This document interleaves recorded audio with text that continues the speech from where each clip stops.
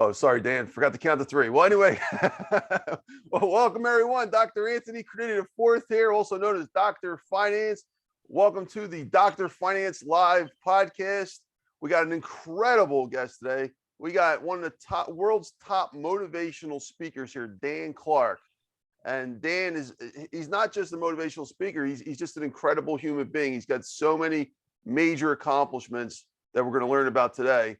And sorry about that, Dan. We were actually supposed to count to three and start, and I forgot to count to three. But all right, well, thank you, everyone, and welcome, Dan Clark. Welcome, Dan. How are you, sir? I'm so great, Tony. Thanks so much for having me on your amazing, prestigious show. You have a long waiting list of celebrities who would die to be in my spot right now. Thank you. Thank you, Dan. Appreciate that. All right, so Dan. Just to get started, I'd like to do maybe a 30-second snippet if you can give us a snapshot of your bio, because you would probably say it way better, but you got so many accomplishments, and then we're going to get into your story. Wow, put the pressure on me to brag on myself. It should gag everybody within the first 10 seconds. I'll just kind of go through check the boxes and see if I can resonate with anyone listening, anyone viewing this podcast. The entire reason why you have an introduction is to answer, why should I listen to you? Have you done it, and are you currently doing it?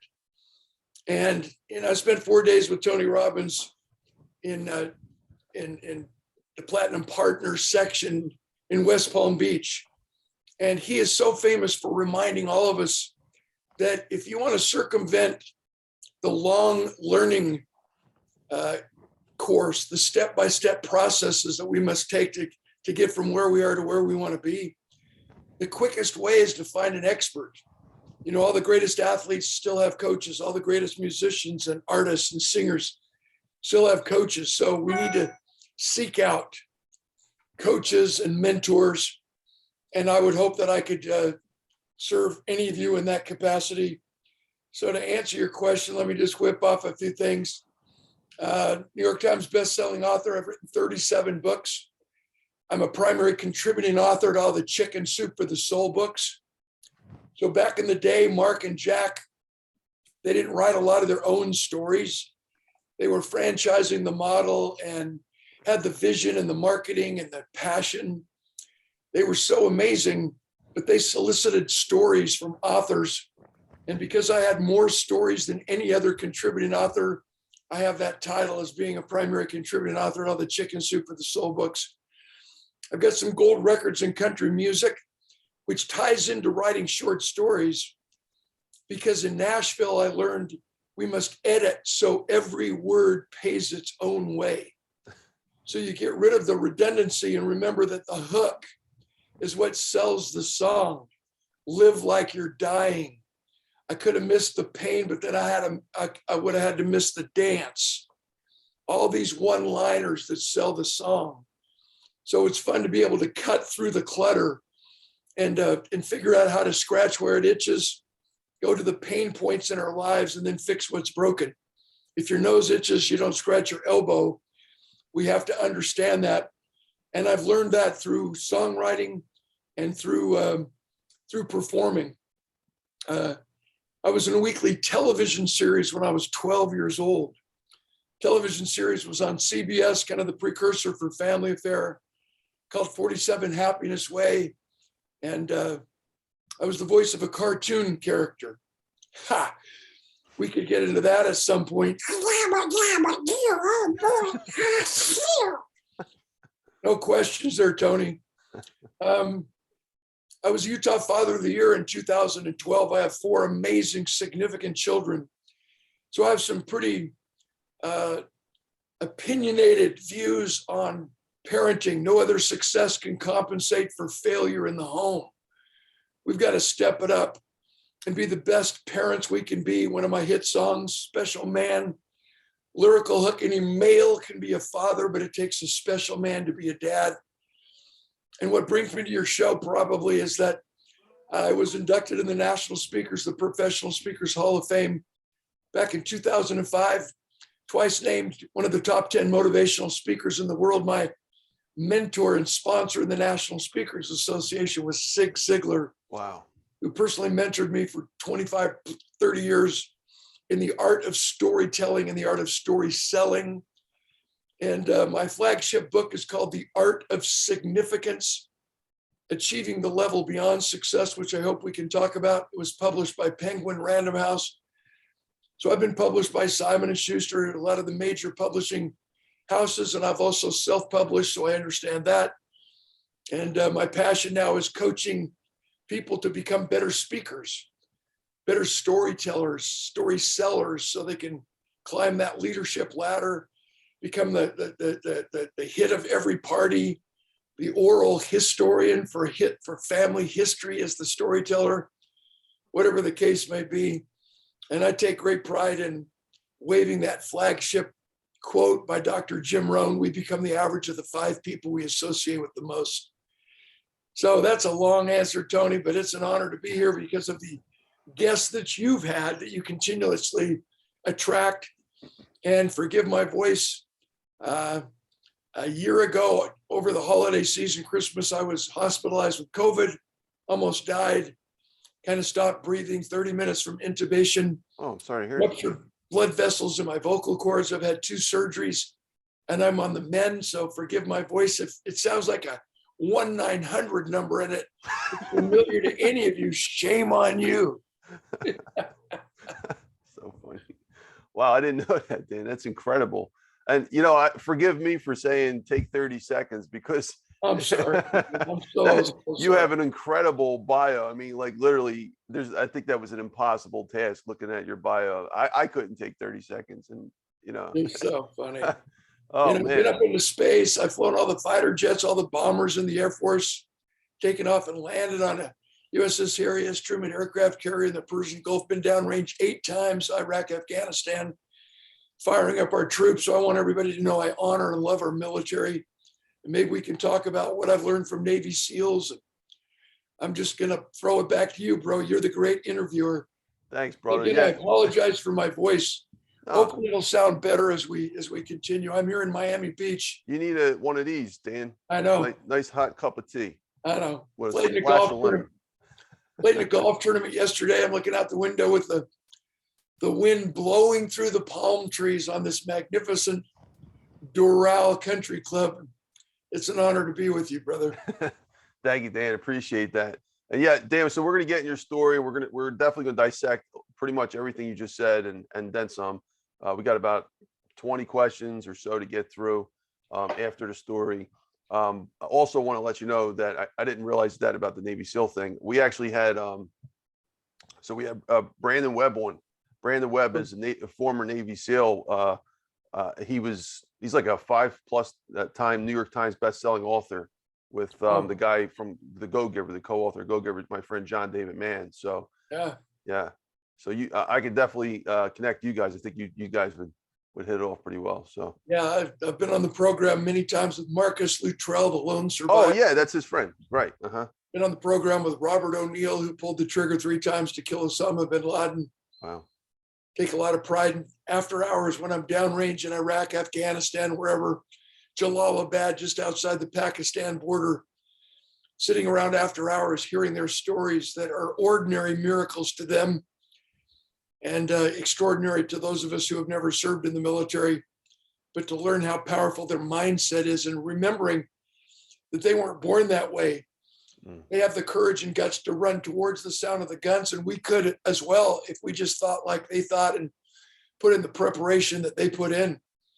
Under pressure, you don't rise to the occasion, you fall to your level of training. And they epitomize that brilliant philosophy of life and of preparation. Thank you, Dan. I agree 100%. So Dan, let's step back. I want to get your story first, okay? Chronologically, we'll spend about 5-10 minutes on that, and then we'll get into the questions to make good timing. So where were you originally from, and can you tell us about your youth and things like that? We'll start with that. Yeah, I was born in Mesa, Arizona. My dad was a cotton farmer on the east side and became very, very successful. in the 1960s, he started his own insurance company. His own financial corporation became very, very successful.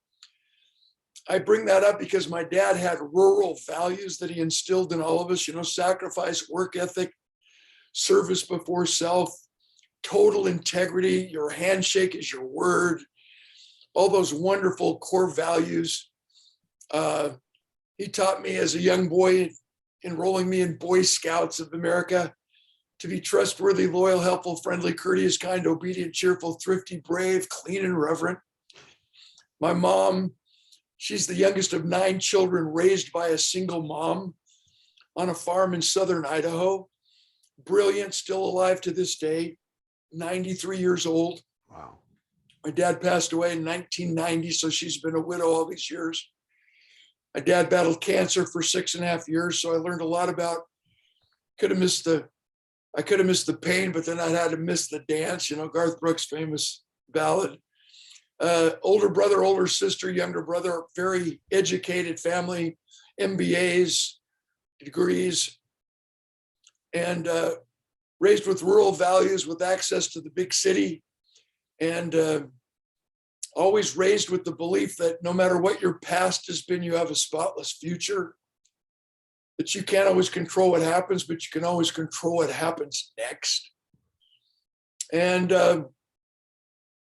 went to the University of Utah, graduated in psychology. I was on my way to law school in my mind and in my dreams and my bucket list.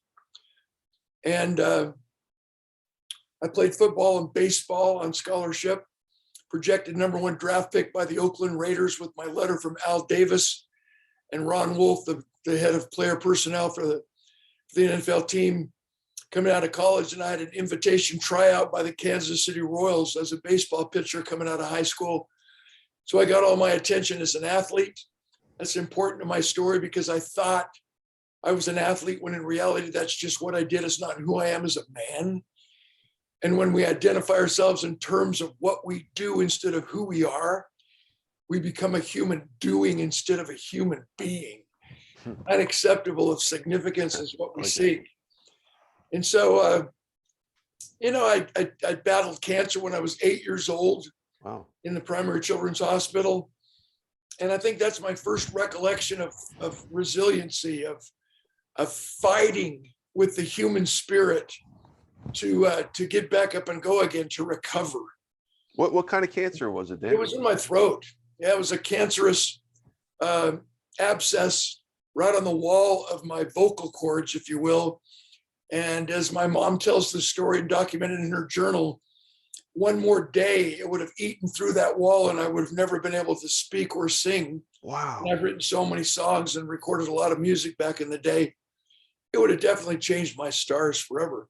Dan, I'm sorry to pause for a second. That's an incredible part of your story, because here you had something that could have changed who you eventually became known as. I mean, obviously you're so many things, but speaking has given you the platform to make all them possible. And like that was and you overcame that, which is incredible. I wish, I was 8 years of age, so I wish I knew more of the individual steps of resiliency that I went through, but I know for a fact that I had support from family and from friends. My mom still she has an envelope of all the get well cards that were written to me from my fellow 8-year-olds. Wow. Dan, I'm sorry you're going to die. Oh, hang in there. All these kind of humorous get well cards written by 3rd graders. But I had that same experience battling COVID in the hospital. I got all the drugs that, Toradol for pain and Mucinex and Remdesivir and blah, blah, blah. But I really believe the way I resisted the intubation, which is a death sentence, the reason why I got out of the hospital, even though they released me with pneumonia and I was really sick for another 3 weeks or so, it wasn't necessarily because of medical science. It was because my daughter hijacked my social media and she reached out to the world. If my dad, Dan, has touched your life in any way, having given over 6,000 speeches in 73 countries. I've worked with most of the Fortune 500 companies, so many teams in the National Football League, United Nations, millions of people. My daughter said, if I've touched your life in any way, please text my dad and wish him well. And my phone starts lighting up in my dimly lit hospital room. I felt like I was on the set of Ghostbusters. Everybody's in hazmat suits. And I'm getting one-liners that said, Clark, I'm sorry you're sick, but there's an easier way to get attention from celebrities and friends and high school mates I hadn't talked to for 30 years. And that's the significance of you, Tony, your friendship, your support, your outreach, your podcast, everything that you're about is connecting us at that human spirit to spirit, heart to heart level that really is the essence of every relationship. And so I regurgitated that experience in the hospital that I had when I was 8 that allowed me to get back up and go again. And that really brings me to my flagship story. I played football for 13 years total, one day in practice. The dream ended. We had a tackling drill. Coach blew the whistle. 2 of us ran into each other full speed. Only parts of our bodies that made contact. Lyle's helmet crashed into my helmet in a violent head-on collision. My right shoulder was smashed into the cutting edge of my fiberglass pads, and we slammed to the ground. And when Lyle got off of me, my eye drooped. I had loss of speech. I couldn't talk anymore. Wow. My right side was paralyzed, and my arm dangled helplessly at my side. This was in college? Yeah, the first day of practice, again, projected as a #1 draft pick by the Raiders. I was ready to go. And I'm laying on the ground. Coach comes running over. Clark, you all right? What happened? He says, whoa, are you from Philadelphia? I'm just kidding. He said, you better just lay there. I said, whoo. Anyway, fast forward, I stayed paralyzed for 14 months. Uh-huh. I went to 16 of the very best doctors in all of North America. And every one of them told me, actually 15 out of 16 told me I would never recover. Have you ever heard that? What happens if you believe it? You never get any better. And I hit what I thought was a fast spiral, downward spiral, until I hit what I thought was rock bottom, which we can talk about. Anyway, fast forward, paralyzed 14 months, now I've recovered. 2 most frequently asked questions, Clark, why did you go to so many different doctors? And the answer is simple, Tony. I kept going from doctor to doctor until I found one who believed I would get better. Think about it. In business, the purpose of a leader is to grow more leaders who believe what you believe, not generate more followers. Well, Dan, mind if I pause for a second? What year was please. That? I'm sorry? What year was that happened? Whoa, 1980. Okay, interesting. Yeah. Super Bowl 15 year when the Oakland Raiders beat the Philadelphia Eagles 27-7. I knew you were going to say that. Super Bowl. New Orleans, Superdome. I'd forgotten about that. We should have started right there. Tony from the city of brotherly love. There's no coincidences. Okay. So Dan, I'm going to introduce you on Friday. Tyrone Poole was here two episodes ago, I believe. He's a 2-time Super Bowl champion. Yeah. And now I got 2 friends that were on the opposite side of the Eagles. Like you were voting for the Raiders. He was on the New England Patriots while they beat us. Yep. I'm like, what? That's funny. That's so funny. But anyway, go back to your story. The reason I asked you that question was because did you find a doctor that actually supported your mission after 14 just months? One, Dr. Brent Pratley. And he's the only one that believed that I would get better. And it only takes one. It only takes one with authority. Mm. Remember all the way back to the beginning when I gagged everybody about bragging on my life. We need to answer. Why should I listen to you? Number 1. Number 2, can I do it too? With my weaknesses, with my limitations, with my past, with my strength. And then number 3, how do I do it? How do I get from where I am to where I want to be? Those are the 3 questions that every person craves in every single presentation when we speak, when we deliver a podcast, when we deliver a sales presentation. Everybody needs the answer to those 3 questions. So Can I do it too? Yeah, I trusted that doctor's education and his philosophies and his inspiration. And then the second question I'm asked now that I've recovered, what took me so long? And the answer is I was asking the wrong questions. I was asking the doctors how to get better when I should have been asking myself why. And once we answer why, figuring out the how-to becomes clear and simple. Not easy. We still have to put in the hard work. We still have to do hard things.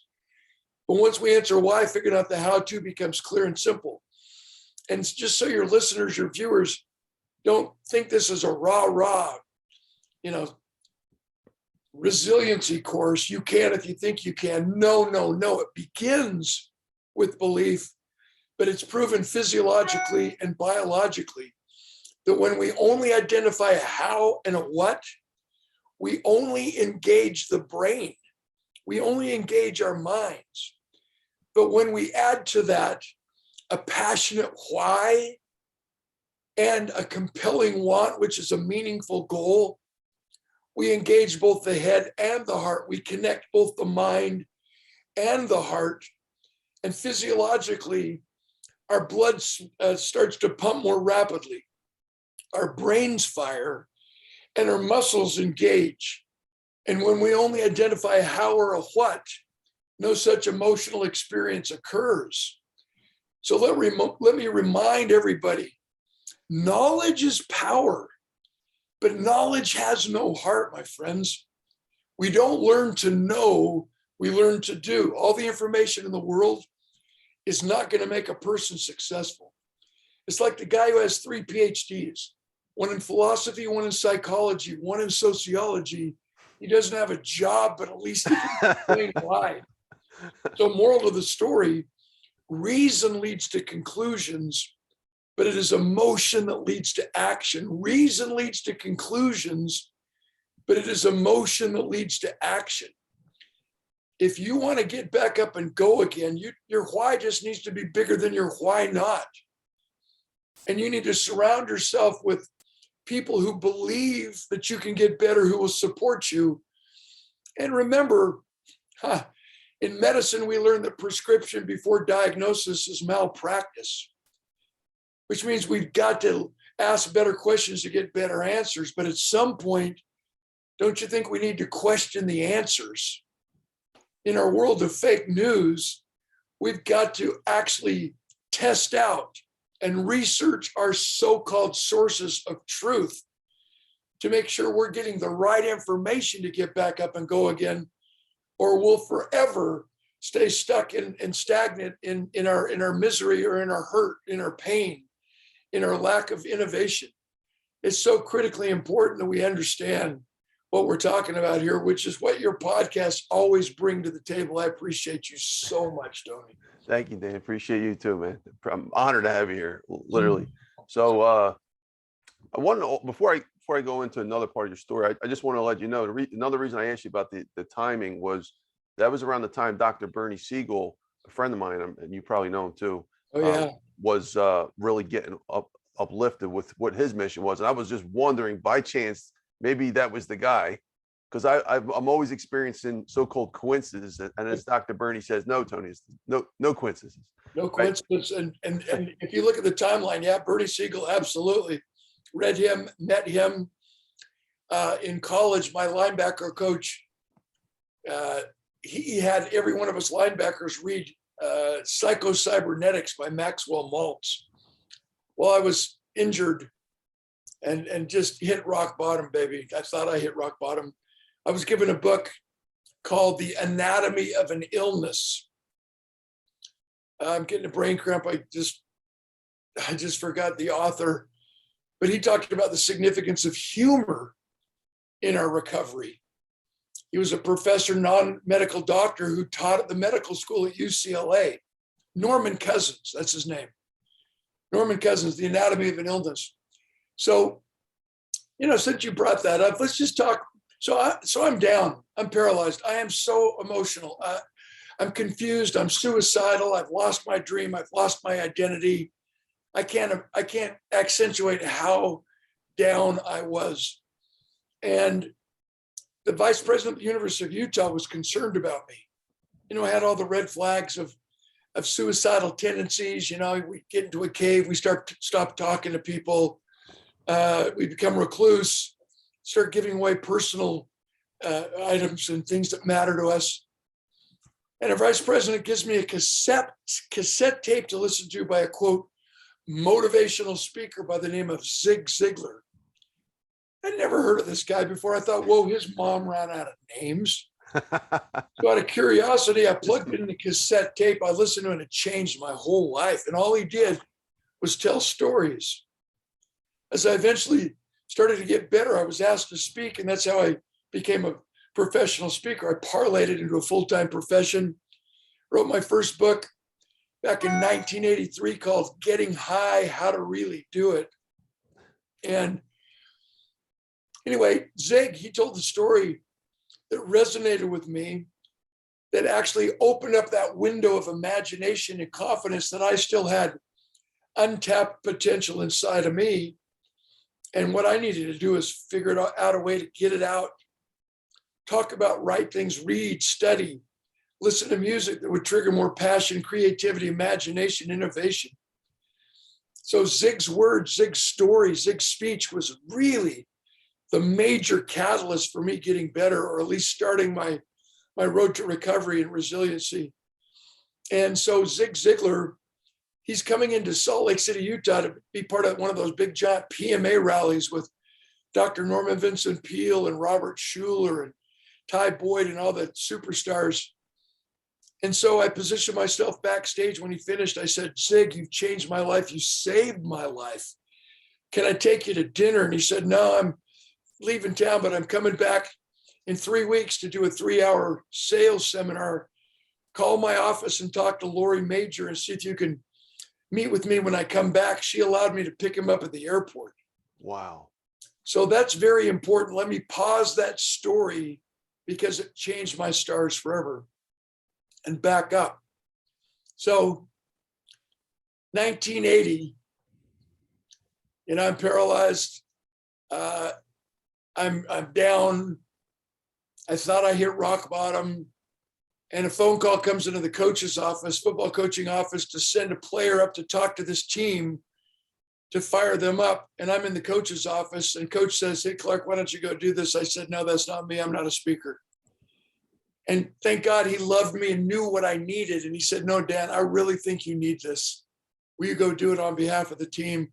So I drive 45 minutes up this little canyon to a rural school, crying, feeling sorry for myself. And when I get out of my car, the coach greets me. He's got multiple sclerosis. He's in a golf cart, makeshift wheelchair. I spoke before 7 of their 8 games, and they won the state championship. When I met Coach Jan Smith, suddenly I stopped feeling sorry for myself. There's always someone in a tougher situation than we are. The high school principal heard me speak, so he invited me to speak to the student body. Then he phoned 4 other friends who were principals, and I spoke to 5 schools that year. A friend of mine, huge booster at the University of Utah, hires me to come into his sports ball. I'm paralyzed. I really can't do anything, but I'm in the weight room kind of giving counsel and advice and coaching people on what they need to do from my little chair, and figuring out how I can take this motivational assembly statewide. Next year, I spoke to 13 schools, made an appointment, got a chance to speak to the Utah State Legislature at the Capitol building. And the entire body of legislators voted unanimous to fund me to speak to every high school and junior high in the state of Utah. So between 1981 and 1982, I spoke in 170 schools. For free, or was it paid? It started, like $50, $100, whatever. And so when Zig Ziglar picked me up when I picked up Zig Ziglar at the airport, fast forward, this is 1982, at the end of the school year. When Zig Ziglar picked me up, when I picked up Zig Ziglar at the airport and drove him to his hotel, I told him about this high school assembly I'd been doing. And he was so intrigued when we pulled into the hotel. He goes, "There's somewhere I could see this assembly program." And I said, "Yeah, I've rented this little ballroom off the foyer and I've got it set up. I had a slideshow and the whole deal." He was so amused that I had that much confidence that I could convince him in a 15-minute drive from the airport that he needed to see my program. He had me give him my motivational assembly. At the end of 45 minutes, he stands up, gives me a standing ovation. Wow. He's crying. I'm crying. What? The next week, he flies me to Dallas, Texas to speak to his company. Next week, he sponsors me in the National Speakers Association. And we fly to Chicago, spend the entire week together in Chicago. The next week, he invites me and my, my bride down to the Born to Win seminar in Dallas, Texas for 5 days, my first seminar experience. And there he introduces me to someone who introduces me to Nancy Reagan, who invites me into the White House to take her, Mrs. Reagan's Just Say No program to all 50 states. Wow. So between 1983 and 1989, I spoke in thousands and thousands of high schools in all 50 states, across all 10 provinces of Canada, to millions of teenagers, and spoke in over 100 college and university campuses during that same period of time to millions of young adults, and then made that transition from the educational arena in the early 1990s into the corporate arena, and the rest is history. But 6 degrees of separation, maybe it was only 4. Bernie Siegel, no such thing as a coincidence. I believe I've been tapped out, you've been tapped out.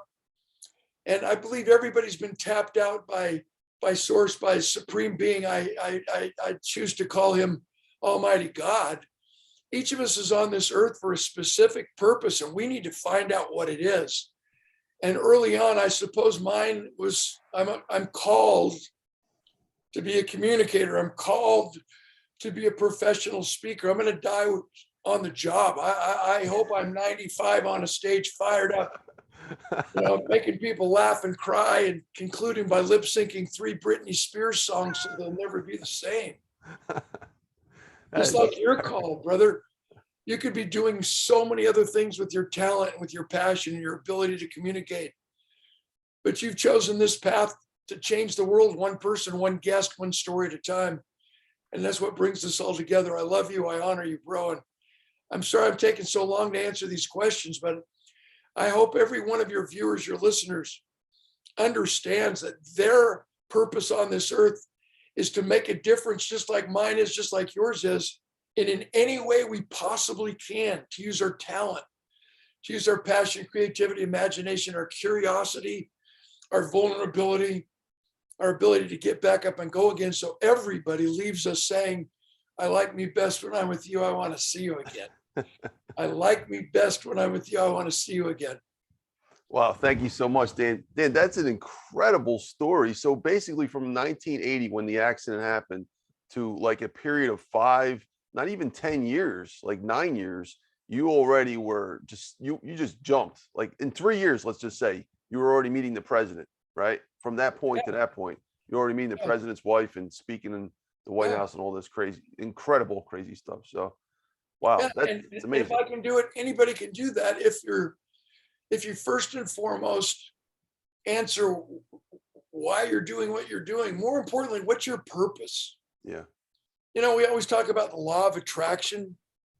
We don't attract who we want. We attract who we are. We attract what we believe we deserve in relationships and automobiles and toys and income in our circle of friends. And it's so simple. When you finally decide what you want, I want a red 911S Targa Porsche. Suddenly I start seeing red 911S Targa Porsches. And it's so simple. Once you identify what you want, you will immediately notice people who are already in your path. That's true. Law of attraction. Manifest this into the universe and suddenly it comes back to you. That's the biggest bunch of mysterious crap I've ever heard in my life. It's not that mystical, my friends. It's reality. You don't manifest. Why are we using all these catchy words, positive thinking. Oh no, it's attitudinal conditioning, Don. No, it's not. What we call things matters. In business, if you call stress, it's stress. It causes anxiety. But in sports, we call stress competition. In business leadership, we call stress urgency. We don't freak out. We have a deadline. All hands on deck. Let's change what we call things. And when we talk about the law of attraction, what we have to do is just identify, specify what you want and get as specific as you possibly can. And once you identify what you want, let me reiterate, you will notice people who are already in your path, on your path, who have the talent, the connections, the wisdom, the mentorship, the experience, who can take you from where you are to where you want to be. There will be resources that are already in your life, sources that can take you from where you are to where you want to be that already exist because you now are clear exactly on what you're looking for, so you see it. When I became clear that I wanted to be a motivational speaker, suddenly all these things started happening to me. No such thing as a coincidence. Think about it. Thank you, Dan. If I hadn't have decided that my message mattered to high school students and pulled the trigger to speak to this football team and then say yes to this principal and his principal friends, I would have never spoken enough times to even get the attention of Zig Ziglar. I mean, everything connects to the next thing when we're clear on what we want and what we're going after. It's like ordering an Uber ride that requires that you enter in your current location. And if you lie about where you are, the directions won't work. Where are you right now in your That's a great analogy. Yeah, where are you right now? And if you don't know, find out. And then the path and the map becomes pretty obvious. Dan, one last part of your story, then we're going to move into the questions. So you were born in Mesa, Arizona, but how did you get to Utah? I mean, was it part of this story right here you're sharing? Yeah, and how did you stay in Utah? Yeah, I followed a girl to the University of Utah, and second I signed my life away, we broke up and I was stuck there. It's one of those stories. No more questions. But there, I found the woman of my dreams. There, I found my path. There, I found friends and a community. And it's interesting. I don't know the exact statistic, but I know it's way over 90% of collegiate athletes, men and women, end up staying in the community where they played their sports, in that specific university, town, city, community. Because as an athlete, we're on scholarship. And really the only time we can work is during the summer. So we have to make spending money and money to pay for a car or whatever in the summertime in a 5 or 6 week period, which means we're connected with the movers and shakers in our communities, get the highest possible hourly paying jobs that you can imagine, so we can maximize our income during those 5 to 6 weeks. So when you get introduced and develop real relationships with, the governor's office and with the billionaires in town and the individuals who have donated the money for scholarships and naming rights for the university football stadiums and buildings on campus, and you get to know, the police chief and some of the most powerful entrepreneurs and community activists and leaders in your community, you definitely want to stay there because you already have so many connections. And Utah's focus on family, and it's fairly conservative in its politics. The economy is always stable. It's one of the number one most popular places to live in America. It has been for many, many years. And it's the number one place to do business. So it's a great community. And I served on the Olympic Committee back in 2002. So I became that ambassador of our recreational, sports and opportunities, mountain biking, Moab, beautiful national parks and 7 of the greatest world-class ski resorts within 30 minutes of my backyard. I mean, it's a great place. Everybody needs to come to Utah. Don't move here. Come and visit and spend your money. That's funny. I actually, I commend you, and I agree with you. Utah, been there. I just, the first time I went to Utah, I just couldn't believe that this type of place existed on this planet. Looking around, looking up, I'm like, coming from Philly, I'm like, whoa, Yeah. what this is, it's just mind blowing. Some of those structures. So yeah, I agree with you. Yeah, with all due respect, Philadelphia is so flat, you can actually sit on your front porch and watch your dog run away for 3.5 days. That's true. Come to the Rocky Mountains, my friends. Come to the Rocky Mountains. All right, thank you, Dan. Appreciate that.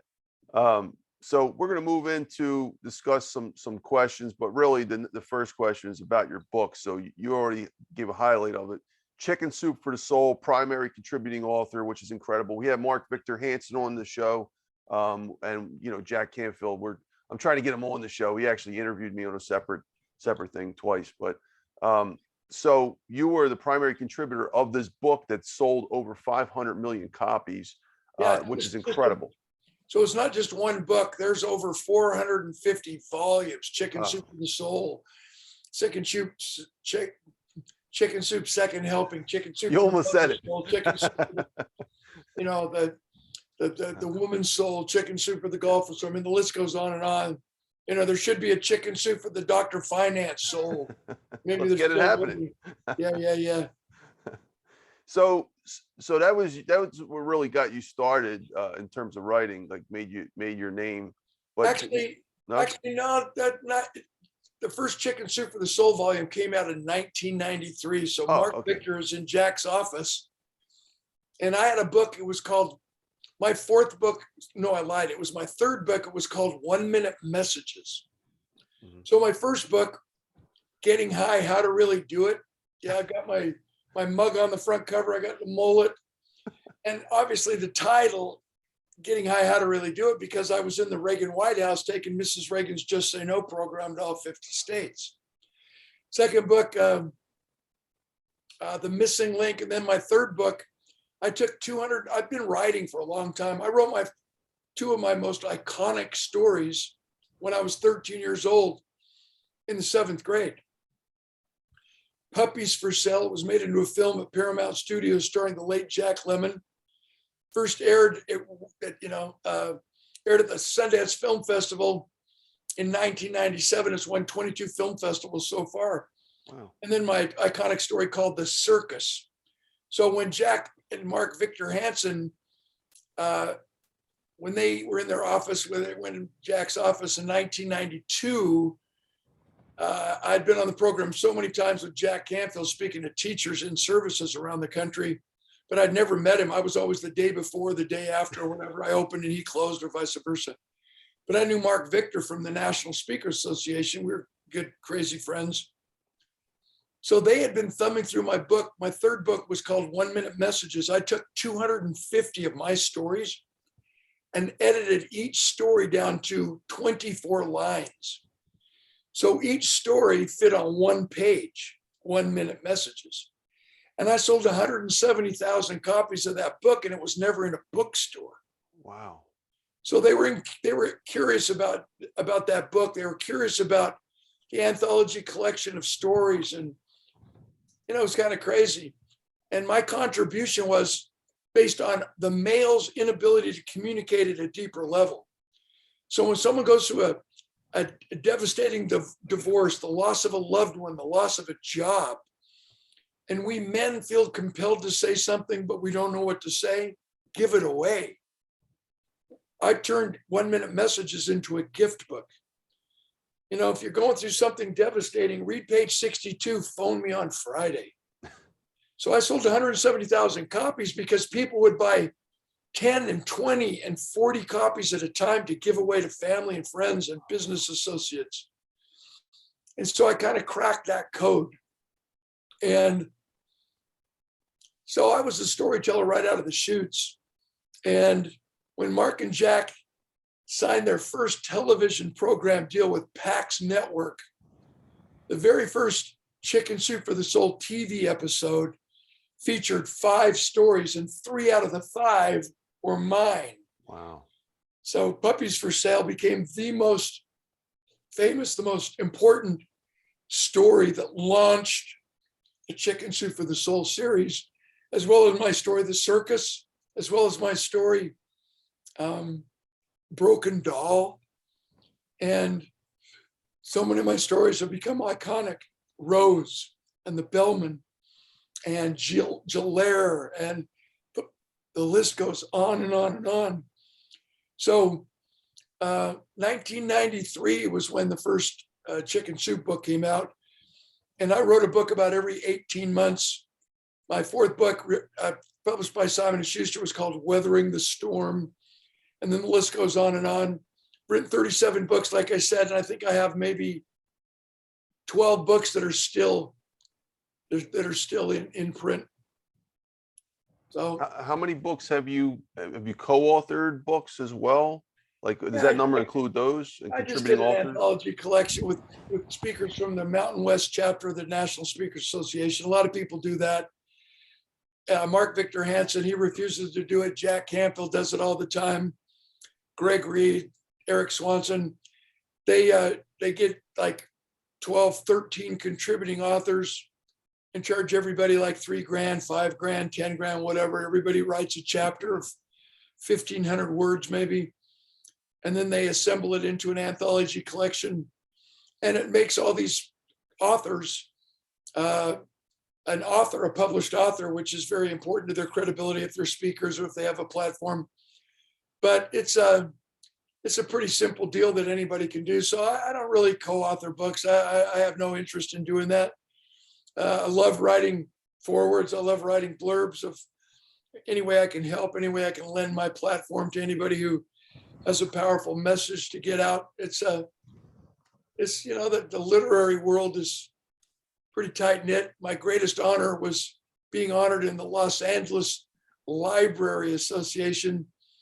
And it was called the Literary Feast. And I was honored with Jay Leno and Arnold Schwarzenegger, a few interesting people where they flew me into LA and, gave me a few little accolades for writing so many stories and writing so many books. So, it's fun to be, acknowledged by peers, but you don't write to really sell, you write to change lives. And then, selling a few million books actually is a pretty good report card that people are resonating with your message. You know how that goes. So.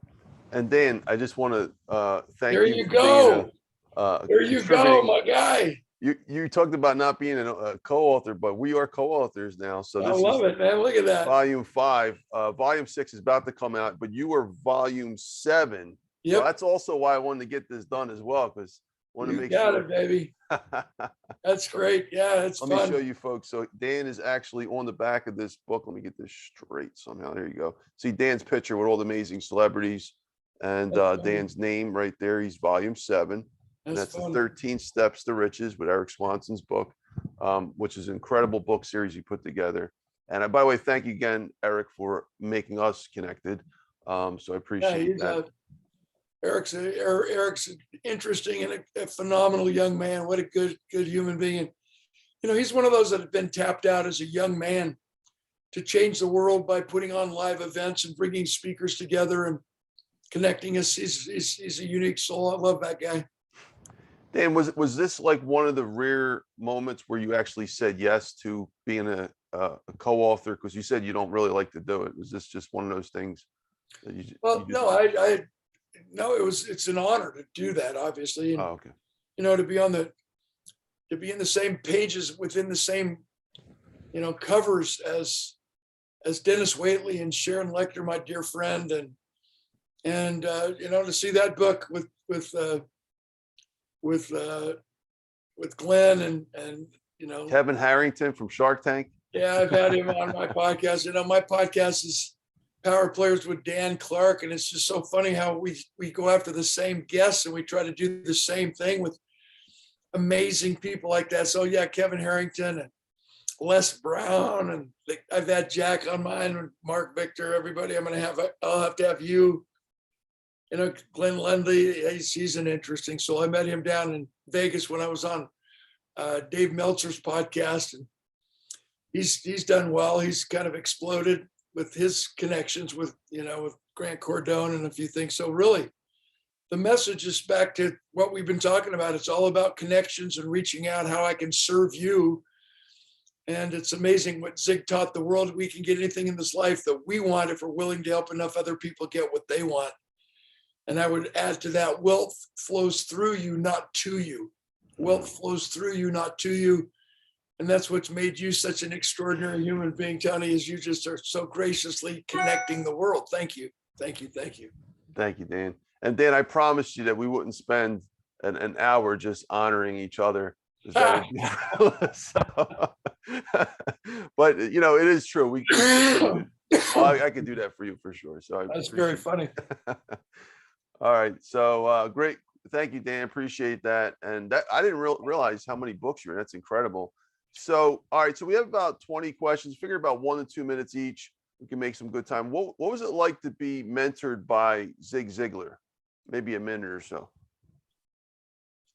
He had a very unique voice and a very unique cadence. And he was a storyteller, but he always provided the source of truth. If he quoted a statistic, you knew that he got it from the National Department of whatever, National Institute.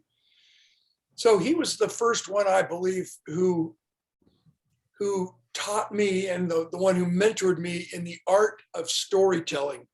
And there's an art and science. So the order in which we tell our stories matters.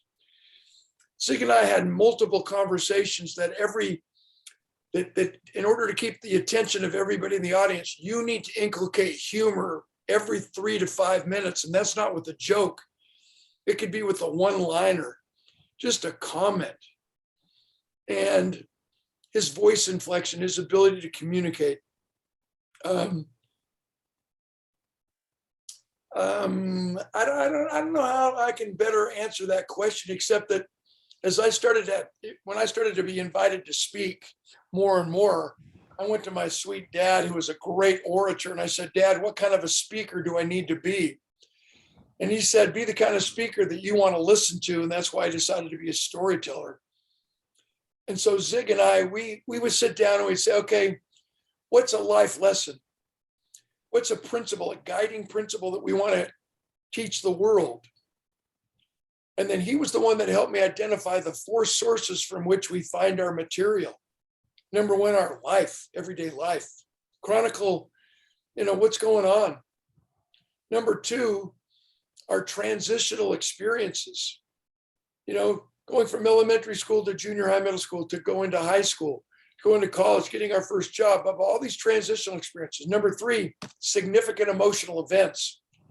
And SEE, psychiatrists and psychologists call them significant emotional events, which is an experience that we can actually measure and quantify how we thought, what we believed, and how we acted and behaved before it occurred, and how we now think differently and behave differently because it occurred. So before and because, and we've all had those experiences. My paralysis, the death of my dad, the birth of my first child and every other child, all 4 children, blah, blah, blah. And then the 4th source is, what's your bucket list? Who do you want to interview? Where do you want to go?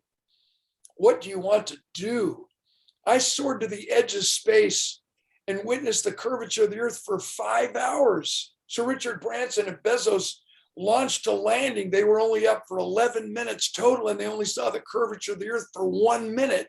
Wow. And I didn't go as high as they did, but I witnessed the curvature of the earth, gazed into the endless blackness of the universe, pondering eternity for 5 hours in a U-2 reconnaissance aircraft.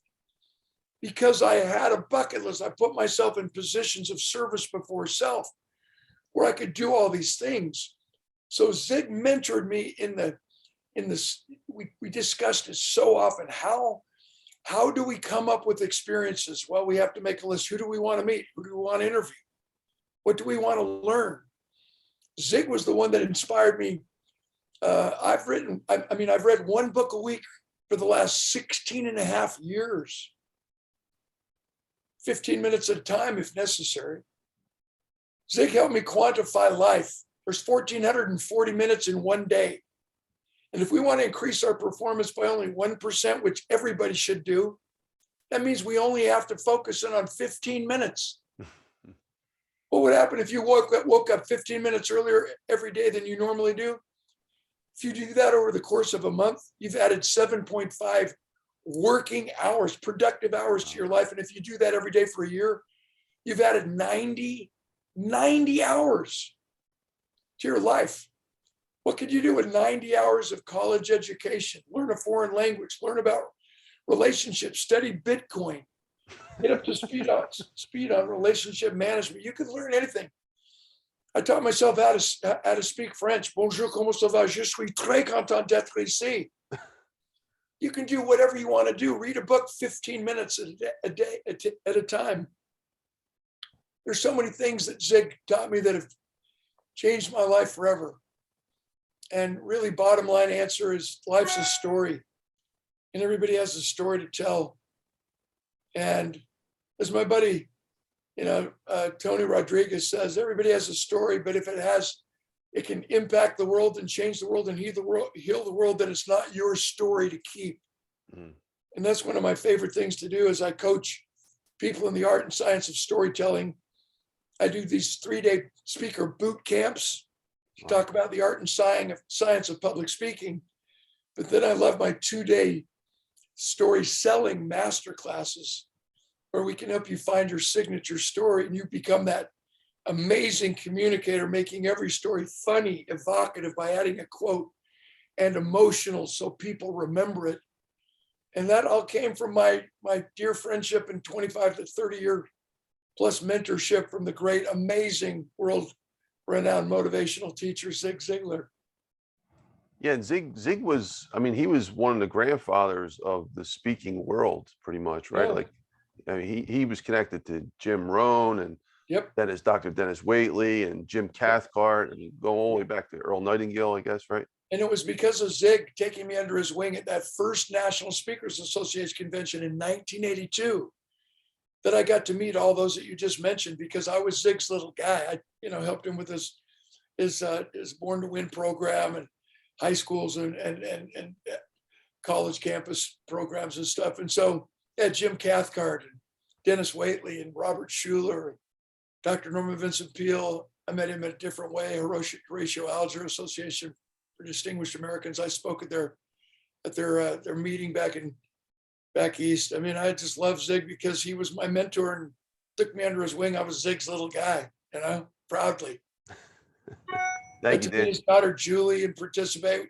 I knew his wife fairly well. I never got to be very close with Tom, who's kind of carrying the torch now of the Ziglar organization, but what a fine young man and great leader he is.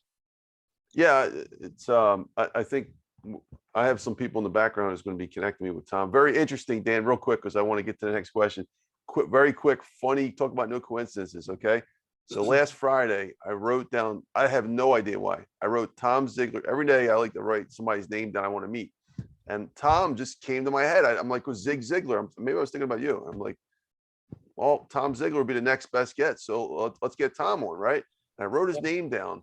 And Friday night, someone shows up to the stage and says, hey, I want to introduce you to Tom Ziglar. Let me know if you want to make him your guest. I said, and this guy's been coming on my stage for over a year. And I'm like, that is absolutely crazy. I just paused the whole stage for a second. I'm like, this is mind blowing. Like, how does that happen? No coincidences, like no coincidence. I didn't know I wrote that down. It was impossible. I know, but it's amazing. Yeah. The universe, it's, maybe we got to talk about that, because when I was up in space, clearly the universe was organized by a specific set of laws. Yeah, we're going to talk about your space thing. I got several good questions. In the universe, yeah. I'm a science guy, so I love it. Thank you, Dan. All right, so Dan, typical day in the speaking world, maybe a minute or so. Can you just paint a picture? Now you're going back to the physical setting, speaking instead of the virtual stuff for the past 2 years with COVID. Just typical day in your normal speaking world. You get up, like how do you prepare for all the things that you cover? Okay, so this is what makes me so unique. And I kind of stopped attending the National Speakers Association convention many years ago after I was inducted into the Hall of Fame. Because if speakers really knew how many times I speak, they think I'm full of crap. And I don't need to live small to make people feel like, that they're okay, that they're better than they really are. And I would never throw anybody under the bus to make myself feel better about who I am. But if you think about it, back in the day, in the Reagan White House days, my formula as a speaker to high schools, that usually it was the state executive director of the Student Council Association of the convention. I mean, in the state. So if anybody really wants to break in as a professional speaker, it's too hard to just do one-off, go speak for a corporation, dazzle them, and then you have to start your marketing all over again. So the best way is to just get in front of as many decision makers as possible who are in the same room, and that's called the association world.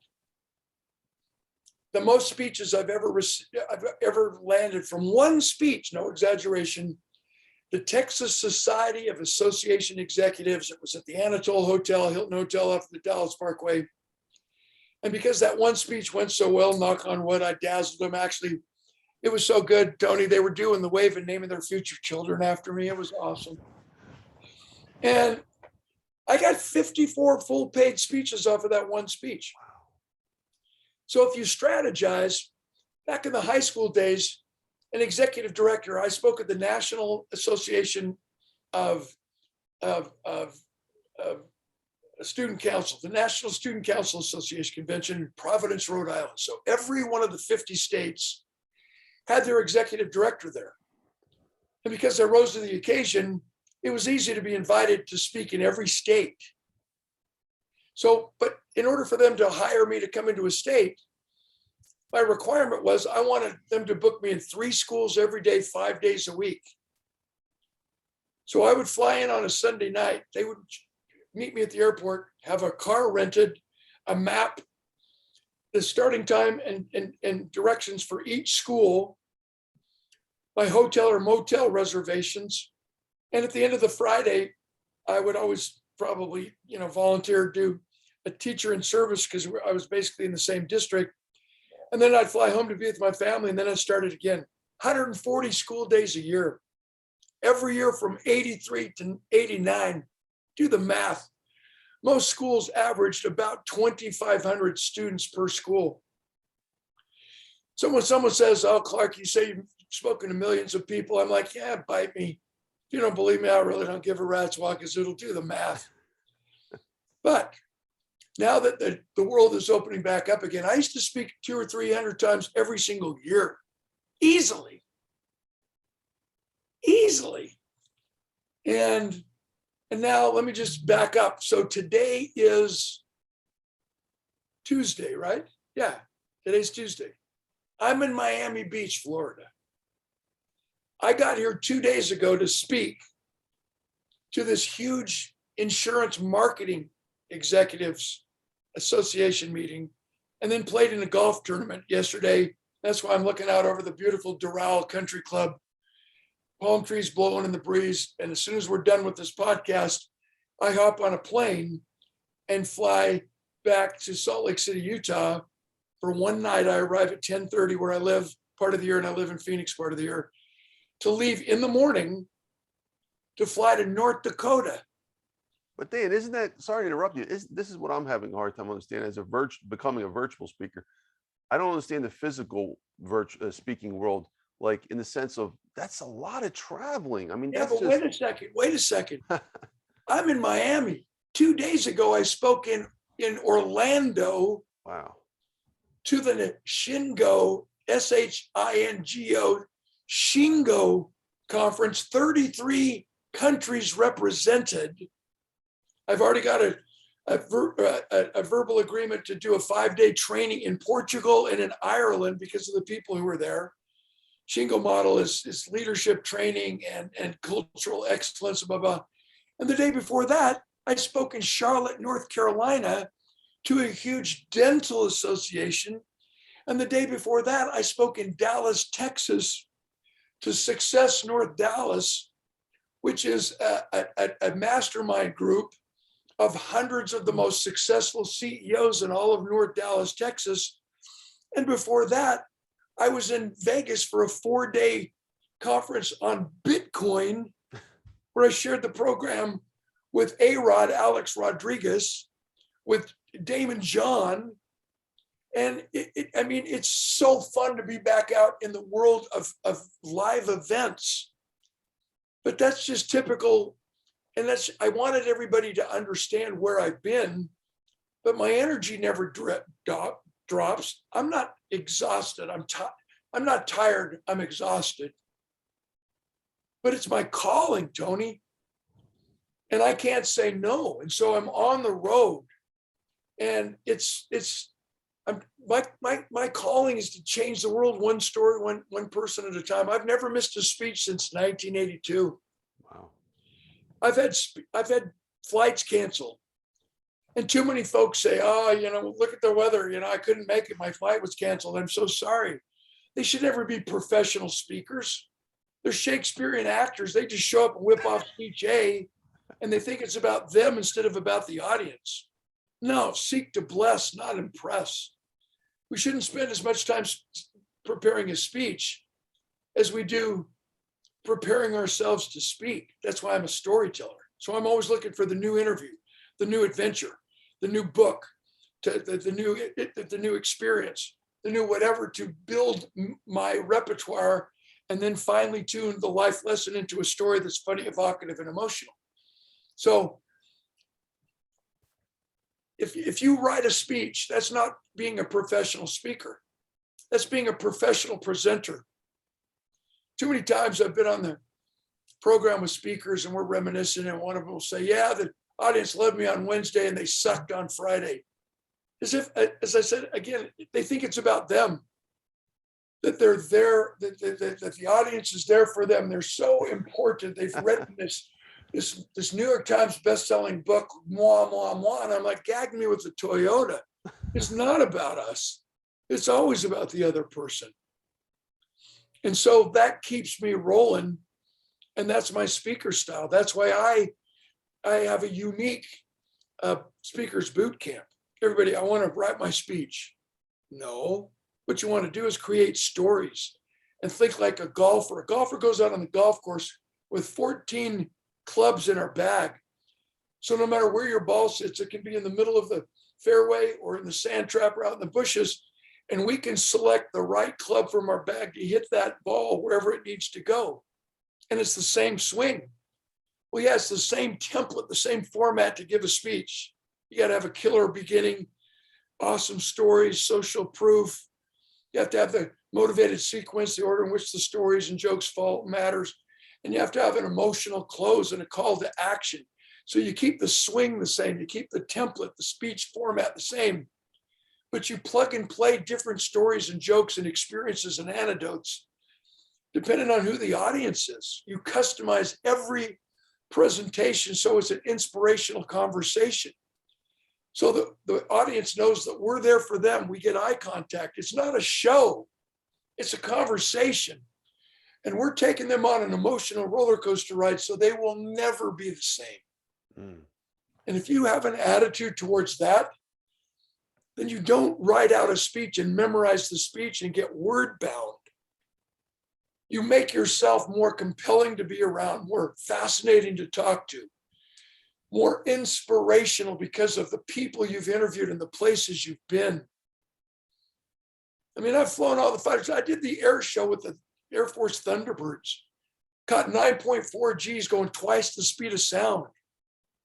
Did the whole air show. I land. Journalist says, Clark, did you pop your cookies? I said, let me just be completely honest. I was upside down so long, I think I'm the only human being who's ever thrown down. Ha! But life lesson. Yeah, Dan, quick pivot on that though. So one way to look at it, and I had this conversation with Jim Cathcart, who was on the show. So one of the things he had said he regretted a little bit, I believe, was, the family time. And do you feel that being a professional, I mean, obviously it's a different stage now, your kids are probably grown up, but when you were originally doing this back in the early 80s, did you feel like you were missing out on your family because you're always out of town and coming Oh, back and forth? I would take one of my kids with me. Oh, okay. There's something about personal time in a hotel room, room service, and a movie with good old dad.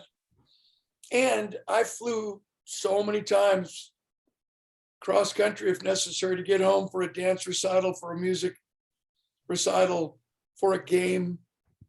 And I coached my son from the time he was 10 years old in football, basketball, and baseball. I coached at high school for 6.5 years. We won the state championship once. So I spoke hundreds of times, thousands of times over the course of years, but hundreds of times a year. And I would do everything in my power to get home in time. But obviously, if I went to a state for 5 days, there were a few times that I missed, but that's when you have to have this amazing spouse, an equal partner. And our 4 children turned out so perfect. They are so significant, big time, famous, successful, you name it. Because we had that partnership and we understood specific roles in our home. And everybody thinks it's politically incorrect to talk about roles and what roles we might play in the confines of our home or in the structure of our family. And, get over it. If you're coaching a basketball team, you don't put Kareem Abdul-Jabbar at the point guard. He's 7'2". You put Kobe Bryant at the point, you put Shaquille under the basket. We can play our roles. We can play our position. And one position is not more important than another. We can stay in our lane. We work our strengths, hire our weaknesses, build culture. It's so critically important that we just get back down to basics instead of making life so flippin' complicated. But family's so important to me. And I would block off enough time where we would really spend a lot of quality time when I wasn't speaking. And, on the weekends. But, you jump on a phone call for family prayers at night. Jump on a phone call and help my children with their homework. Whatever I could do. I just wish FaceTime was around when I was doing that because it would have made it a lot easier. But that's such a good question. Yeah, in the equation of time, my children, they turned out very, very well. Thank God, knock on wood. And I guess that would be a regret that I didn't spend as much time with them as some parents, but I suppose I spent enough time with them to teach them work ethic and sacrifice. And, I think they're proud of their dad making a difference. And I'm proud of them for their making a difference. I guess yeah, that's a long answer. I guess you made me feel guilty, No. Conversation over. Bye. Thanks. No, I mean, I just trying to paint a realistic picture for so many realistic. people want to be speakers, No, it is realistic. Well, let me just say, we think so many people just crave the adrenaline rush on stage. My dad always said, Dan, why don't you stand there and acknowledge the audience and their standing ovation? I said, because I don't get my satisfaction at the end of my speech. I'm not trying to do clever ways to get people to stand up and chant my name. I get my satisfaction during my speech where I get eye contact and I get the facial expressions and the body language and the man finally dropping the barricade and letting me into his heart, That's funny. into his soul, and becoming more vulnerable and more connected. So, my sweet mom, she kept so many letters over the years. Thanks. I was going to kill myself, but I decided not to. You saved my son's life. You saved our marriage. Thanks for the song. Thanks for your book. Thanks for your speech. And I used to have 8 summer leadership camps in 5 states for 5 years as well, back in the day. So I would bring these teenagers in for 5 days. I just tried to do everything I could do to make a difference and leave a legacy, leave a legacy of love and leadership behind. And So my Dan, wife you married are him. an amazing person. I mean, the fact that you're a Hall of Fame speaker. I mean, can you speak on that? How does it feel to be? I mean, because that's a very, very unique title to be a Hall of Fame speaker. Yeah, I hear a lot of I hear a lot of speakers who that's one of their bucket list, man. I want to get in the Hall of Fame. I want to, and actually, you're a Hall of Fame speaker, and then you just get the accolade as a result. It's a report card.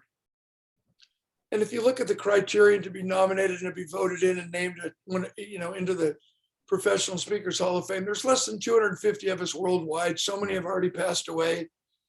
Colin Powell, Ronald Reagan, Zig Ziglar, Les Brown, he's still alive, thank God, and he's in the Hall of Fame. And Dr. Dennis Waitley as well. yeah, Dennis Waitley. Yeah, Jim it's an Cathcart. honor. It's an honor. But it's more of a report card to be around people who think like I think and I think like they think. Mm. So if you want to see the difference between a Hall of Fame speaker and someone who just shows up as a professional presenter, analyze the difference between Celine Dion singing God Bless America and a national karaoke champion. They both sing the same song and hit the same notes, but one's an extraordinary performing artist who makes the song their own and connects with the audience and really interprets it and touches our soul. And someone who just stands up and sings and marks them the dance steps and those folks gag me. And you know who they are. They start their speech, they get in some little motivational speaker stance, and they come right out of the chutes. They whip off some.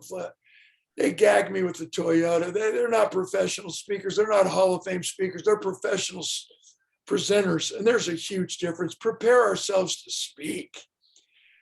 If you have the same resume this year as you did last year, shame on you. And if you're telling the same stories this year as you did last year in your speech, shame on you. What keeps me fresh is during this tour, Vegas, I forgot Phoenix, in between Vegas, Phoenix, Dallas, North Carolina, Orlando, Miami, and then North Dakota. I told stories I haven't told for a few months. Yeah, Dan, sorry to interrupt My you. speeches was different this entire tour. I just want to pause because that's my next question for you. Can you walk us through the process of how you actually make a speech? Yeah, that's a great question, Tony. So I have 4 questions. I require a pre-conference call, a pre-speech conference call with every event planner. And I ask them 4 questions. Number 1, what's your theme? How did you come up with it? What does it mean to you? Over the rainbow. Oh, really? What was your previous year's theme? Weathering the storm. Oh, I get it.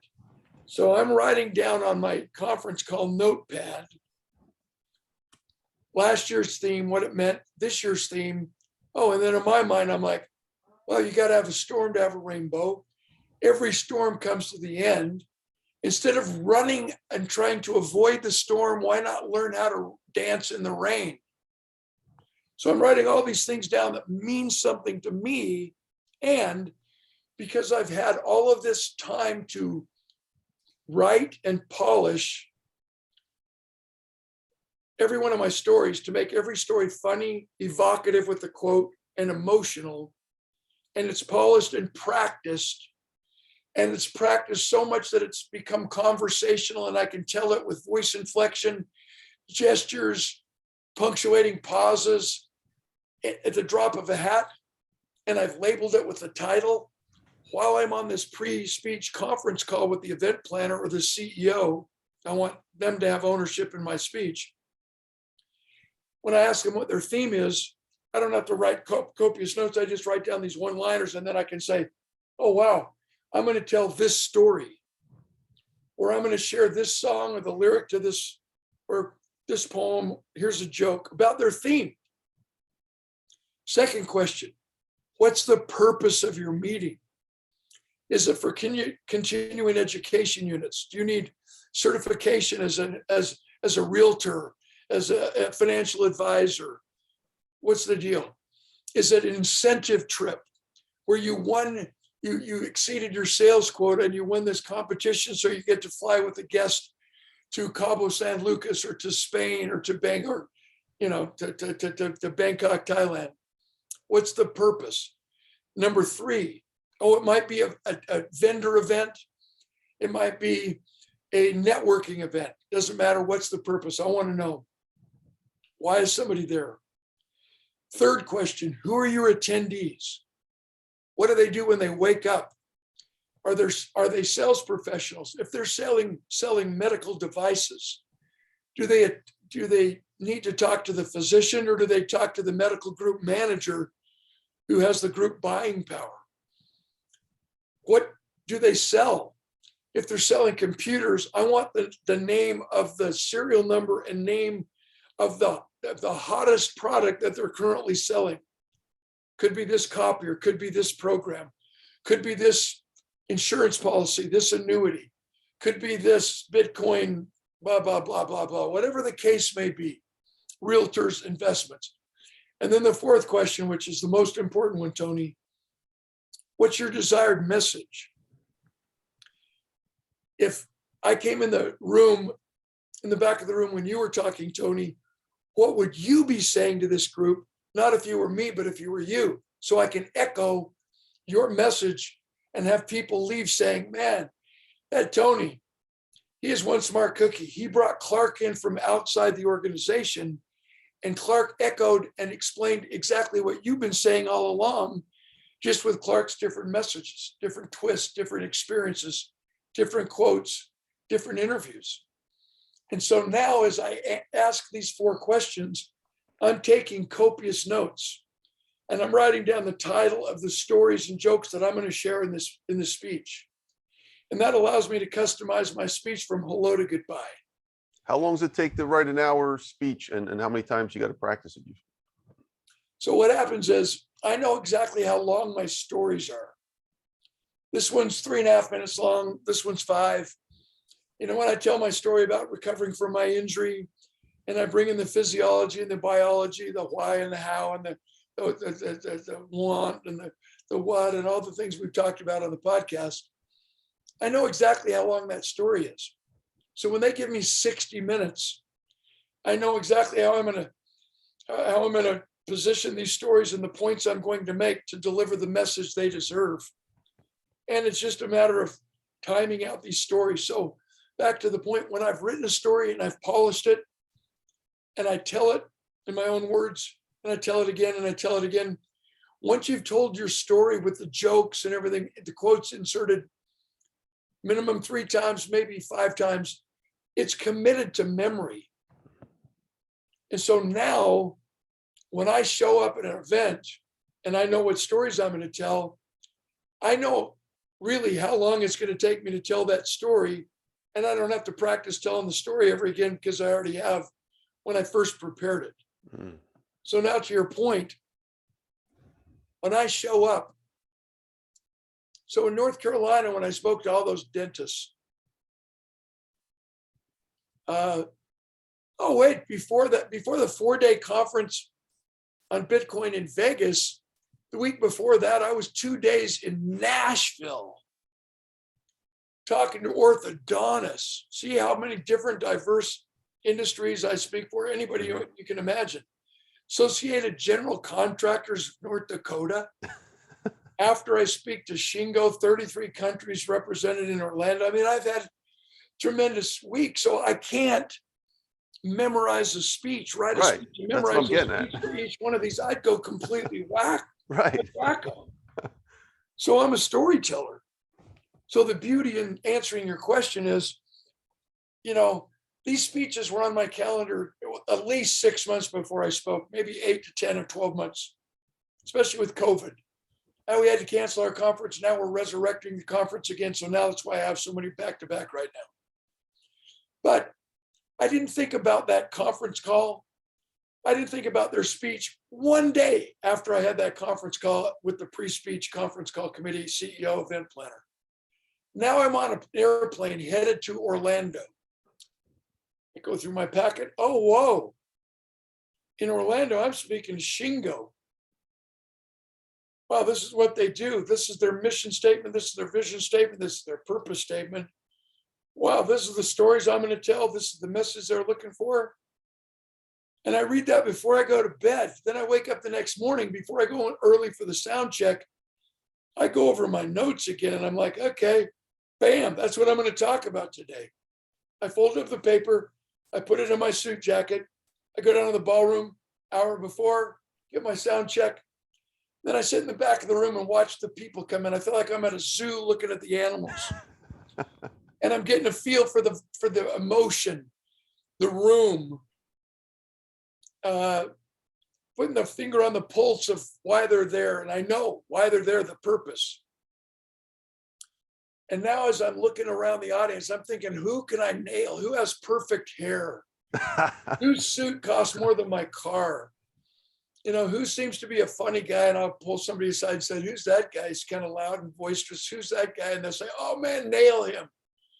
You know, does he golf? Yeah. Can he take a joke? Yeah. So I'll say, today I want to talk about what people are saying behind our backs. You know, it's called reputation. It's an awards banquet. You're here because someone nominated you behind your back. And, do you know what they're saying behind Tony Criniti's back? And everybody's like, ha! Said you play so much golf, you actually gather friends to show them slides of work.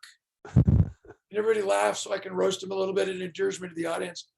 So I never figure out how I'm going to begin my speech until I get to the room and see the audience. I have to be that spontaneous.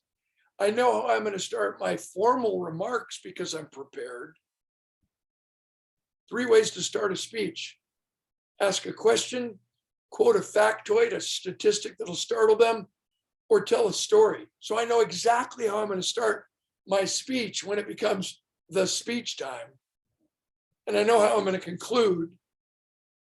And right before I go up again, I refresh my memory on the stories. I'm going to tell the jokes. Oh yeah. Then I leave the paper on my table so I don't feel like it's a crutch and I can pull it out in the middle of my speech.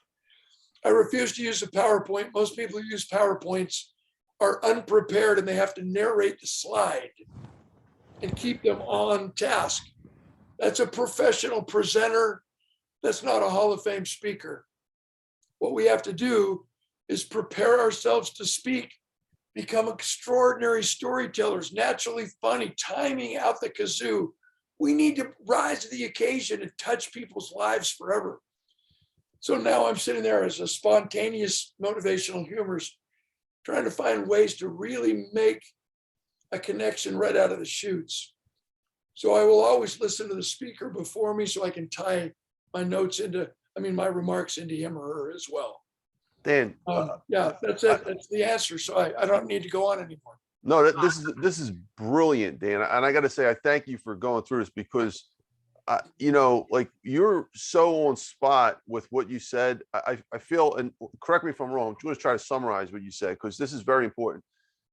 It's like I do the same thing with the podcast where people, they wonder why it is as good as it is. It's because there's a lot of elements to it where you just being your natural self. You forget the script for a second. Like, yeah, you get the script, you get your standard idea of what you're going to say. And there's a lot of it where it's you have to come out. Like it's to make it really work. It's got to be natural. Have a plan, but have it natural. And you're saying that the PowerPoint slide, there's actually there's a presentation called Death by PowerPoint. I watched this. Oh yeah. So you're saying that that's so true. You just got to be real. Yeah, and if you do need slides to make a point, which is killer, our research shows that you should never use more than 12 slides in a 60-minute presentation. Mm-hmm. And that means there should be 24 slides total. Why? In between each slide, you need a black slide so that people will take their focus off of the slide, which is a barrier between you, the presenter, and the audience, and put their eyes and focus back on you, the presenter. So you put up a slide, a black slide, all eyes go back to you on stage. Another slide, a black slide, so now all eyes go back to you on stage. You don't want any barriers between you and the audience. That's so critically important. You're there to communicate and connect heart to heart, spirit to spirit. And we can only do that when we're not looking up at a barricade between us and the audience. If you don't naturally have a sense of humor, You can use a slide. Jack Canfield does that. He has no sense of humor. He graduated second in his class from Harvard. So he has mastered the idea. Hey, I found this slide. He puts it up. What do you think? Everybody laughs really hard. And then he says, that doesn't really have anything to do with my presentation. But we all know research shows that when we're enjoying ourselves, the learning is deeper and more long lasting. So he gets our endorphins, he triggers our endorphins and gets us rolling.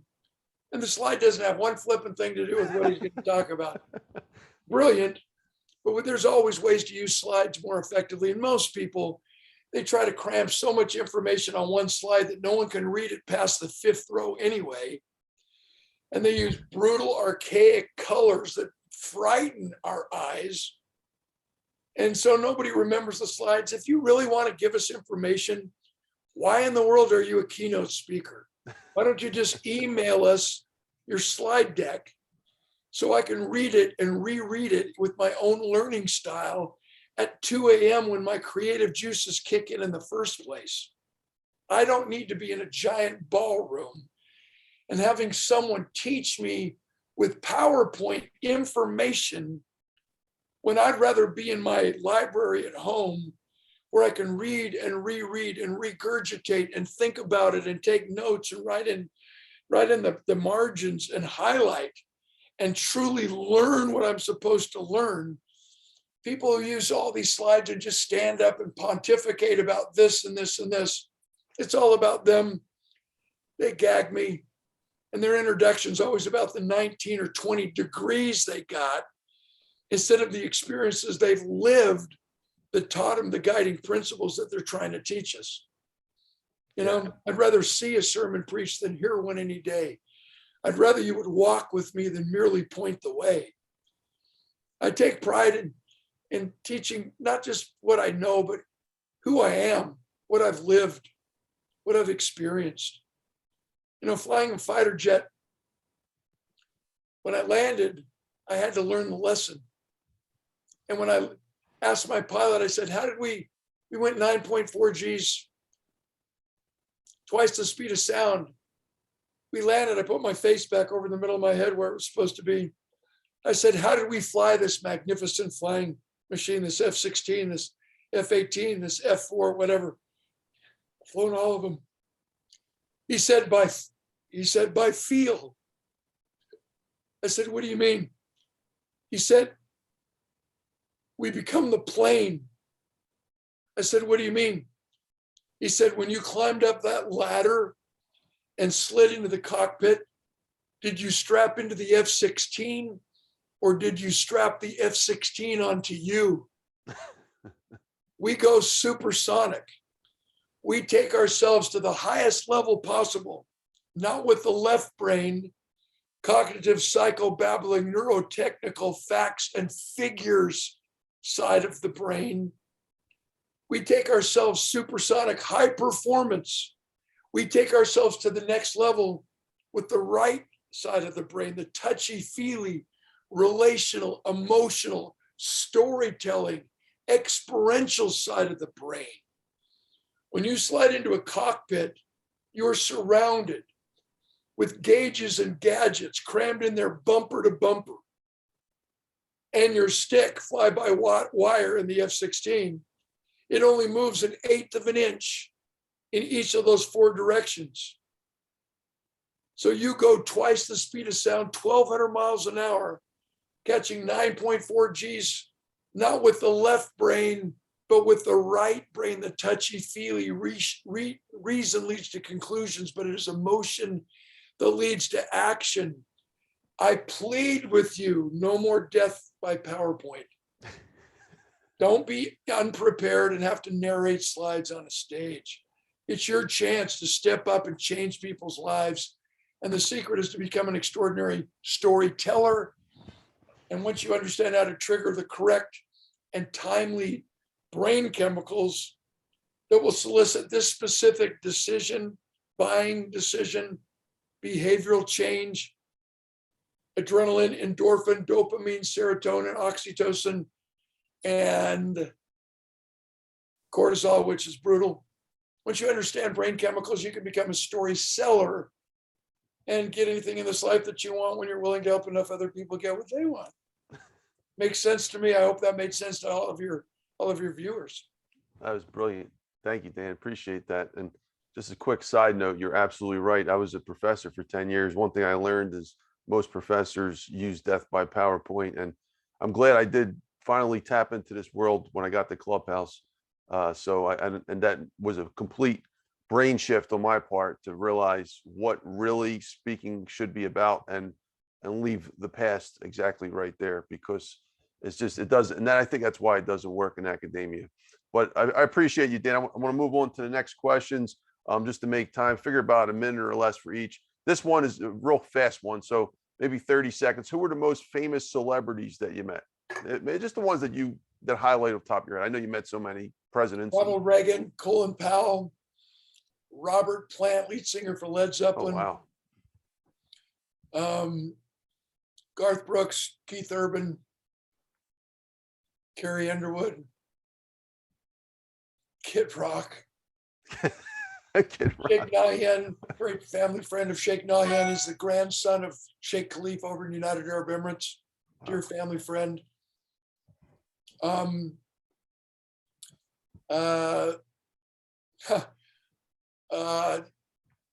Because I'm a musician, I mean, so many Grammy Award-winning songwriters.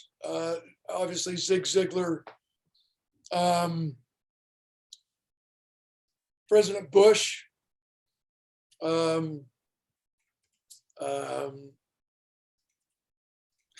mean, I could go on and on. Every one of them, when I mention a name, my eyes, I haven't even gotten eye contact with you, because every one of them has a story, and I remember exactly where I was when I met them. Muhammad Ali, bar none. I was in his I love that home in picture. I saw that. 1988, before Parkinson's set in. I spoke to the student body at Andrews University, Berrien Springs, Michigan, and I found out where he lived. I was the Golden Gloves boxing champion in the state when I grew up in high school. He had always been my hero. I found out where he lived. Student body president of Andrews University. Yeah, you know where Muhammad lives? Yeah. Do you own a camera? Why are we going to his house? Yeah, we are. We get there, the gates open. It didn't say no trespassing. It said, welcome. I walked up the circular drive, knocked on his door. His wife answers, may I help you? Yes, Mohammed. May I tell him who's calling? Yeah, Dan. She goes and gets him. House guest in his home for 5 hours, watching his greatest fights on his big screen. He did magic, Thetis. Unbelievable how he taught me. Unbelievable how he taught me about complacency. I'm leaving 5 hours later. He puts his big old arm around me. Danny, have any questions? I said, yeah, you're three-time world champion. That means you were defeated by 2 inferior opponents. Why? He said, I got complacent. I said, what do you mean, champ?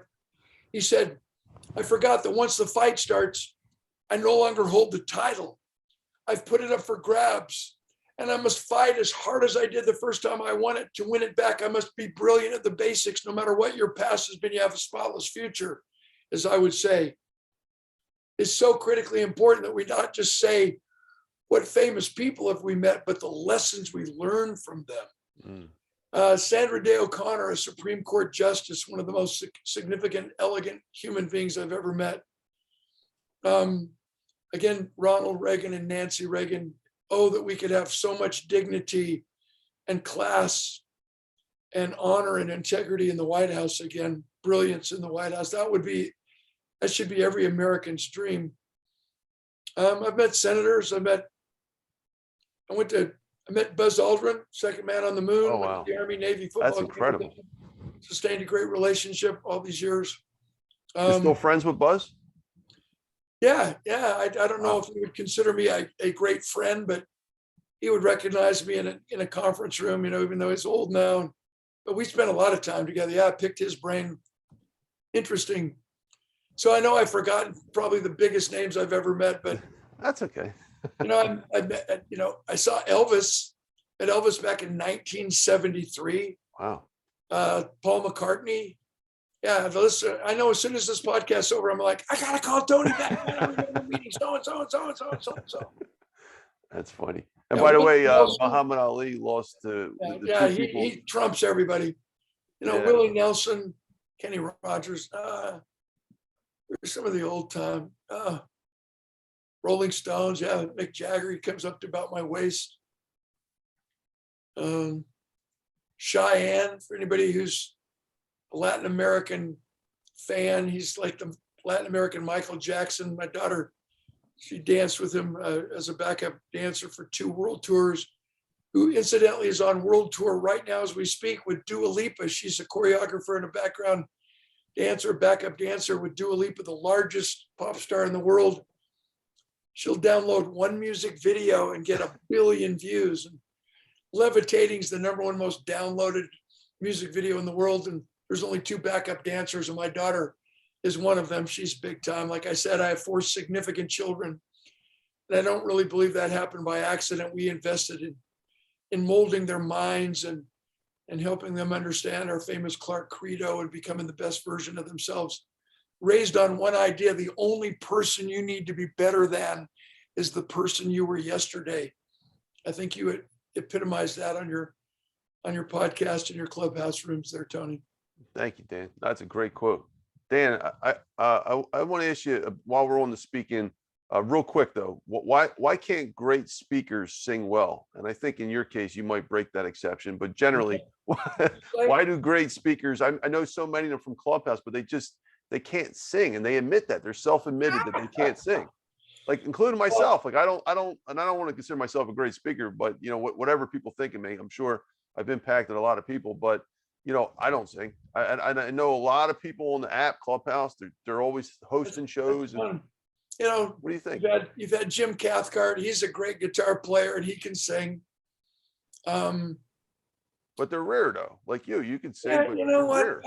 I don't know. You know, my voice actually kind of hurts. Obviously, this long speaking tour this week hasn't helped, and I should do my vocal.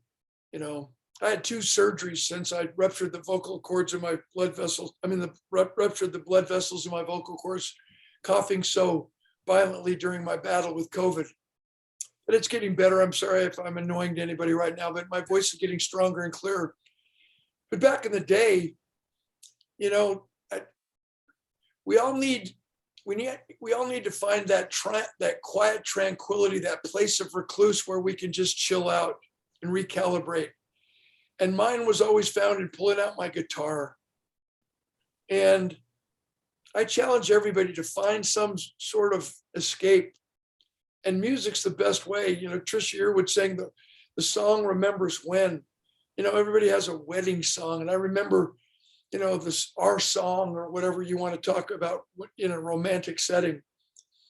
But I always found music as recluse. And my parents growing up, we always had music in our home. Everybody sang. My parents always sang duets at weddings and at funerals. And my dad played the trumpet, and he inspired me to learn to play the trumpet. So I played in the school band from the 4th grade to the 9th grade, trumpet in the band, then drums half the year. Taught myself to play the guitar because I was a Beatles fan in the 3rd grade.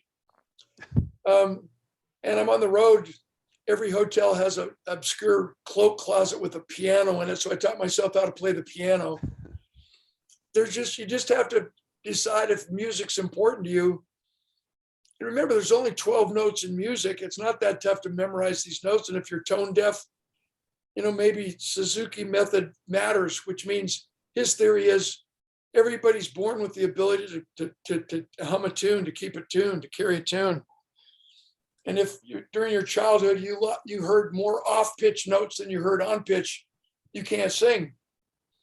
You know, maybe a grandmother was singing in the shower as you were a little kid, and she was so off-pitch, the dogs were killing themselves and cats were jumping off of buildings and not landing on their feet. Or you had the privilege of listening to pure notes. I don't know how to answer that question other than I've recorded a lot of music. You can go to my website, danclark.com, and you can click on Meet Dan, and then you can scroll down to my music page. And I have kind of my music wall of fame, you know, famous musicians I've met, famous musicians and songwriters that I've had the privilege of writing music with. You know, Larry Henley, he wrote Wind Beneath My Wings. So many folks. And you can hear me sing, recorded a lot of music. You can listen to some of the songs I've written, a few that have been recorded by other artists. And my dream is to get my voice strong enough to record again. After my surgery, few weeks ago, I actually sang for the first time. My voice didn't sound like it does right now. And it brought tears to my eyes. Actually, they streamed down my cheeks because I've missed it so much. Music's such a major part of our lives. And Dan, on that point, what is worse than someone dying without the music in them? Yeah, that's what I always say. That's fun. My book, The Art of Significance, Achieving the Level Beyond Success. When I finished my book tour, the most frequently asked question was, Clark, what's success and significance? What's the difference? And it's simply this quick story. I'm in a conversation with one of my football teammates who was drafted in the second round by the Philadelphia Eagles. After 2 years with the Eagles, he's traded to my Oakland Raiders. Wow. After 4 years playing in the NFL at the highest level, Pro Bowl status, one day he walks out of practice, quits, never to play again. Why? He loved being a football player, but he hated playing football. He got what he thought he wanted, but he hated what he got. He loved the celebrity perks and the fame and fortune that allowed him to live this life we call successful. Nice house, nice car, nice income, nice fame and fortune, nice holidays, nice toys. But because his true purpose in life and his inner voice was misaligned with who he really was, his purpose for being, he would never live a life of significance and want what he gets. So he would die with his dreams, his goals, and his music still in him. So I use that metaphor of music. Why would you ever want to sing somebody else's song or write somebody else's song when you have the ability to write and sing your own song?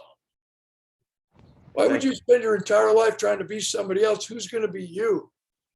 Growing up, my dad always said, be the best you can be, because you're going to make a lousy somebody else. I like that. Thank you, Dan. Brilliant response. You're doing great, Dan.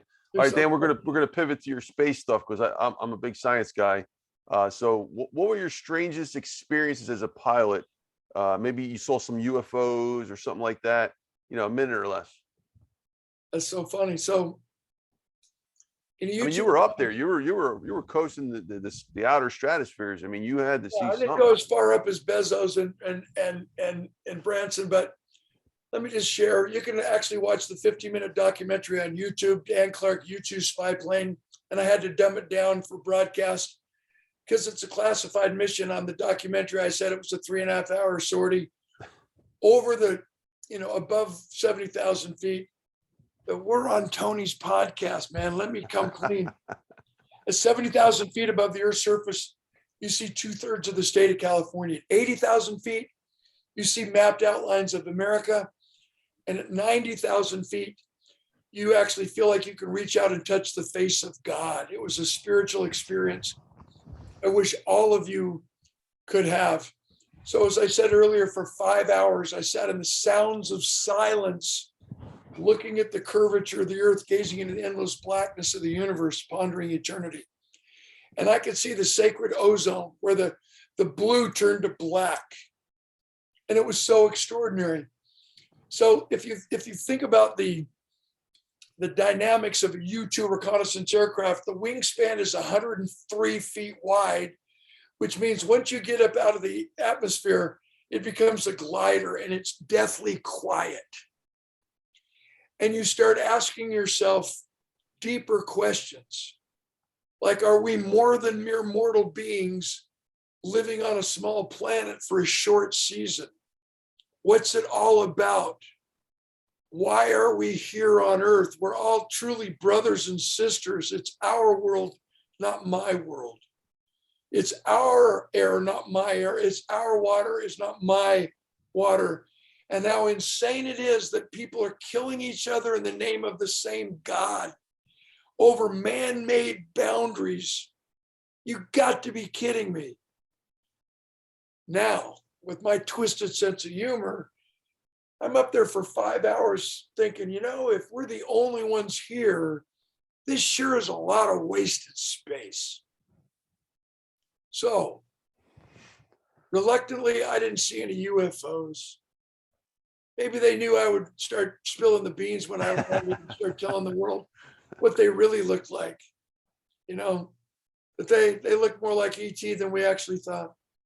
But I interviewed my own commander, Gino, and a typical U-2 reconnaissance sortie lasts 12 hours.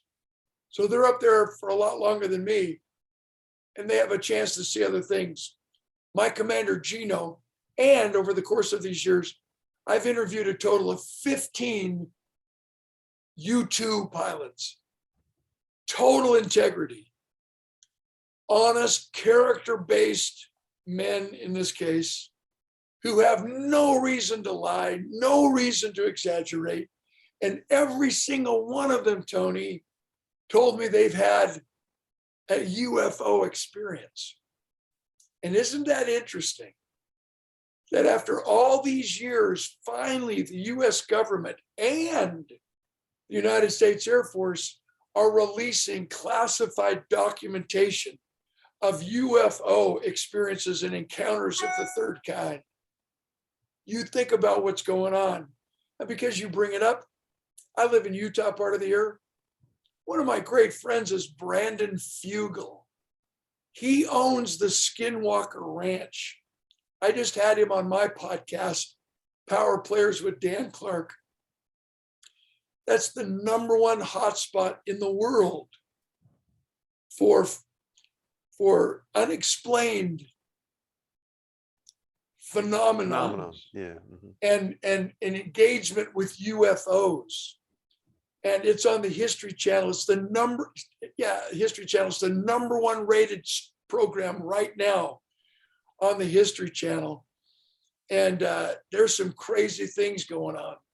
So yes, to answer your question, I don't believe we're the only ones here. I believe that there are worlds without number created by a supreme being.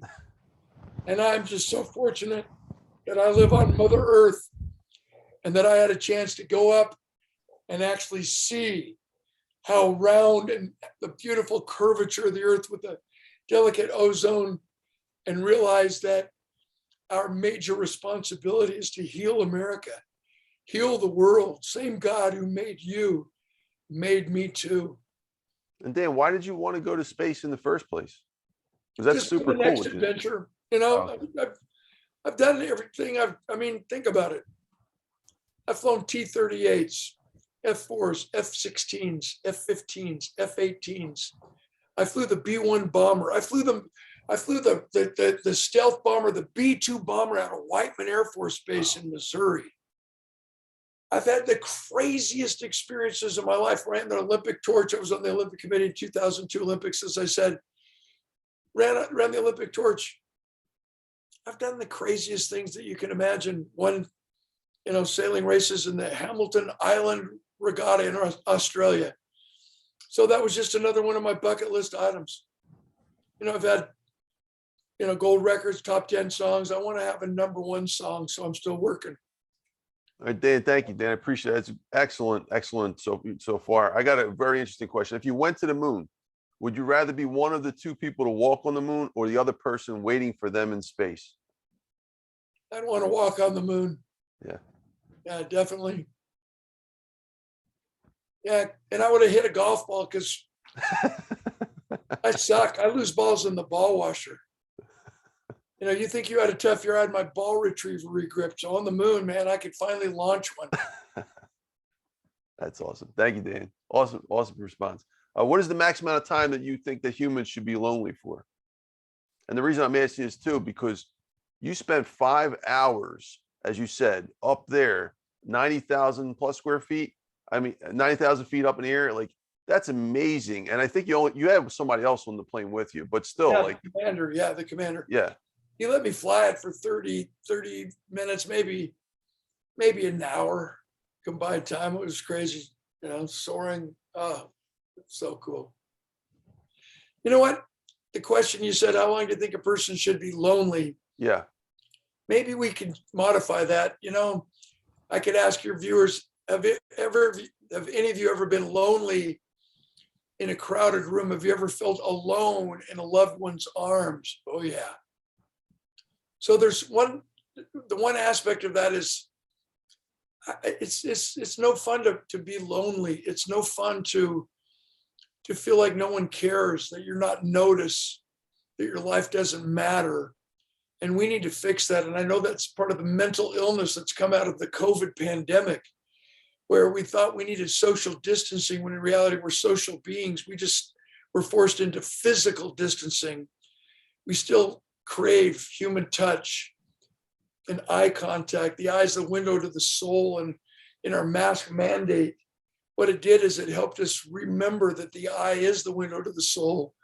If you really care and pay attention, you can tell if someone's hurting just through their eyes, if they're in pain, if they're angry, if they're sad, if they need a hug, if they need a warm smile, if they need an embrace, whatever. But let's just talk about being alone, not being lonely. When I had my first vocal surgery on June 25th, 2021, I was put into vocal rest for 9 weeks, total silence for the first 4 weeks, where I could not speak one beep. I couldn't make one sound. I could not speak one word. It forced me into listening to the sounds of silence.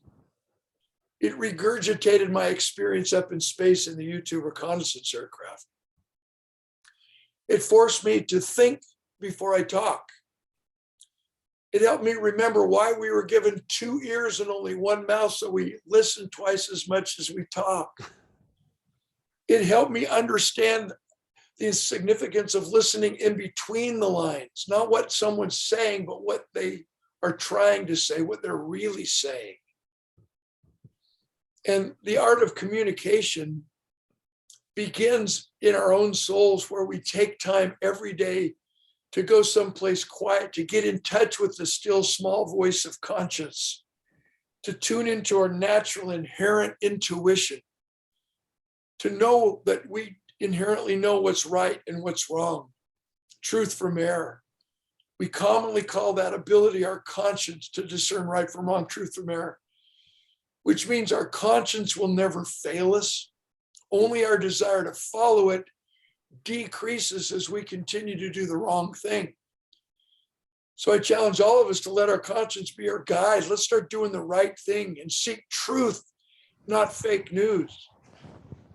Some things are true whether you believe them or not. Everybody's entitled to their own opinion, but nobody's entitled to the wrong facts. And we should never believe everything that we think. Let's walk on higher ground and seek pure truth, not hearsay, definitely not opinion. We need to seek counsel, not opinion. You know, from good books, the great books, from great people. Thank you, Dan. That's a brilliant response and definitely very timely. It was an odd question, but you hit the answer right on the nail, because the past 2 years, many people were lonely. And that's what one of the symptoms were of this crazy COVID. Why is humor important? Now, you're known as a funny guy. Yeah, it releases endorphins. I mean, I love to just yank people's chains. And like in my speech here in Miami 2 days ago, I'm losing track of time. When I spoke right before the golf tournament, I started my speech when my Aunt Lucy was 63 years old. She started walking 5 miles every day. Now she's 91 and we don't know where she is. That's funny. Can you tell us some more jokes? Maybe one or two jokes? Yeah. You know, like I said, I was an MC of an awards banquet the other night. And so I said, hey, let's face it, we're here to celebrate what people are saying behind our back. Everybody kind of chuckled. I said, yeah, you wouldn't have been nominated for an award had someone not talked behind your back. I said, so can you control that? What are people saying behind your back? Said an Army sergeant phones up the commissary. Young private answers the phone. Sergeant says, tell me what we got. Private says, we have 1,500 rifles, 10 tanks, and 1 fat-headed sergeant's jeep. Sergeant says, what? Private says, we have 1,500 rifles, 10 tanks, and one fat-headed sergeant's jeep. Sergeant says, "Do you know who this is?"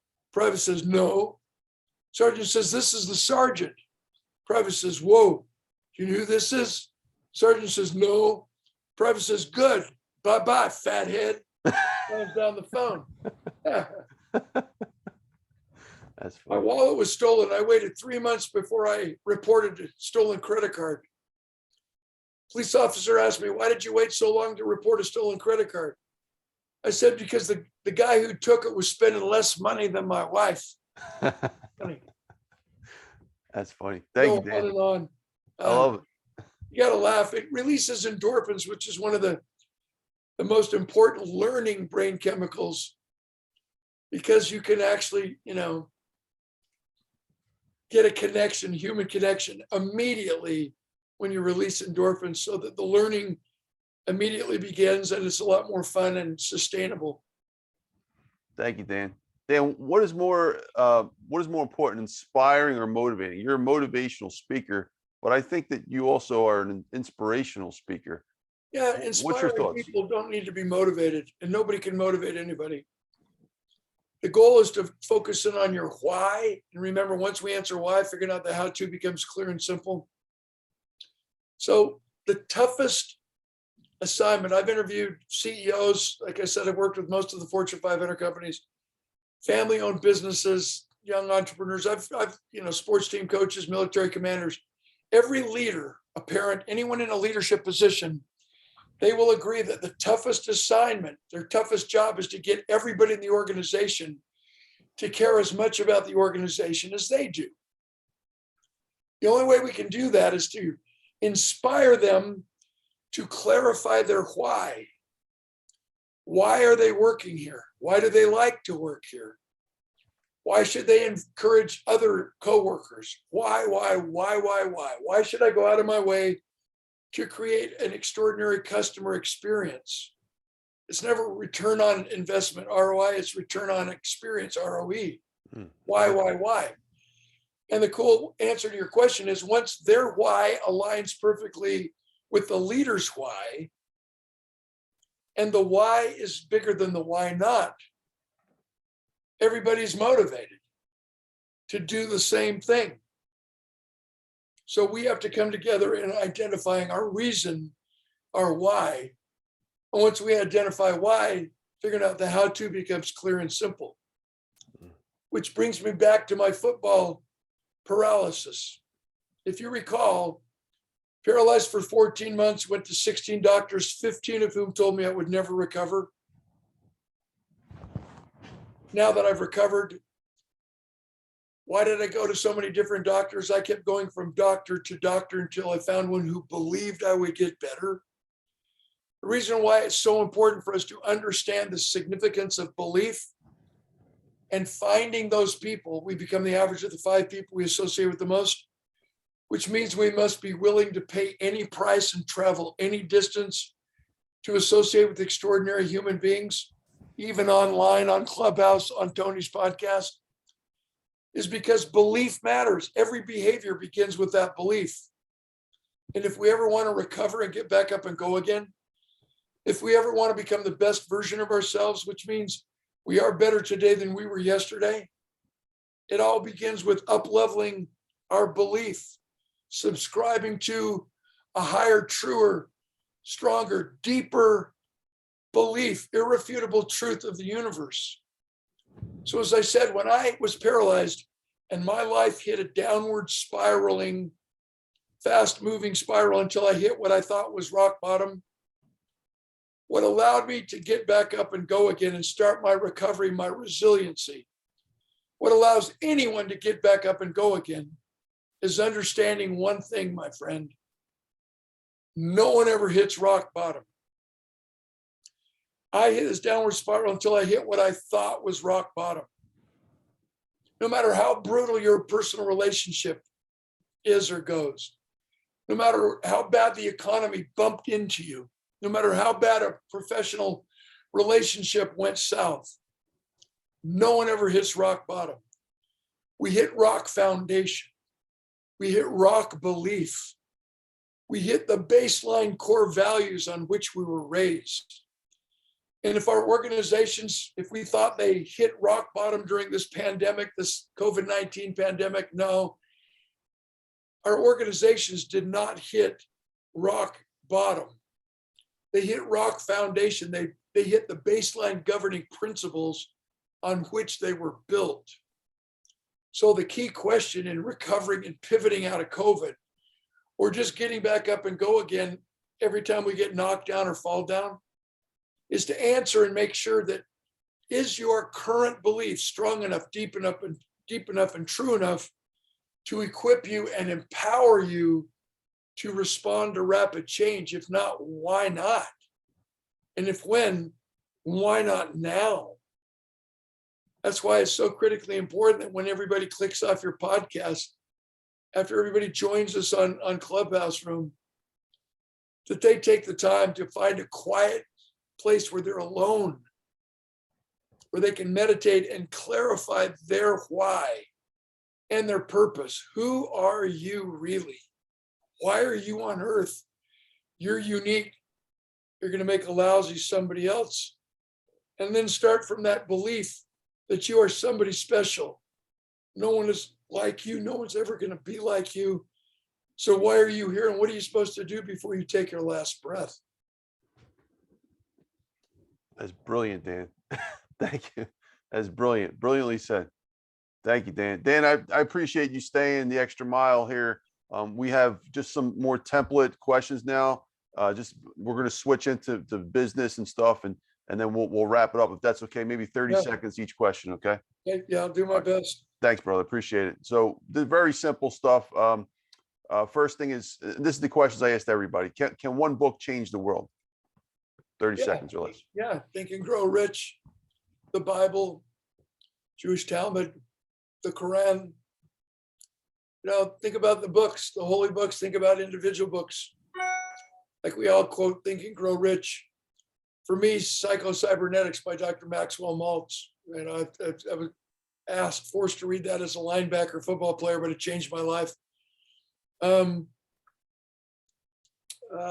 could go on and on. I love books. The Cubs Way. If you're a sports fan, read The Cubs Way. It talks about how the Chicago Cubs overcame, I think it was a 108-year drought of winning the World Series. And they did it based on identifying two character-based superstar baseball players who would be the nucleus, who would form the nucleus to build this amazing character-based team around that eventually let them come from behind after that 17-minute rain delay and defeat the Cleveland Indians in the World Series. The list. Well, that's good enough, Dan. I think that's great. Find a book. There's. I know when this is over, I'm going to think about famous people that I met that changed my life, and I'm going to think about books that changed my life and changed my stars. Yes, one book can change your life. One story changed mine from Zig. One speech. That's beautiful. And speaking of Zig, next question about networking. What role has networking played in your life? You already talked about it a lot, but if you can maybe just summarize that in 30 seconds or less. What role has networking played in your life? Yeah, we've all heard, it's not who you know, it's who knows you. Network. If you want to meet somebody that's significant, that's changing the world, you're never going to find them behind a desk in an office. Those aren't the people I want to hang out with. You need to go where they are.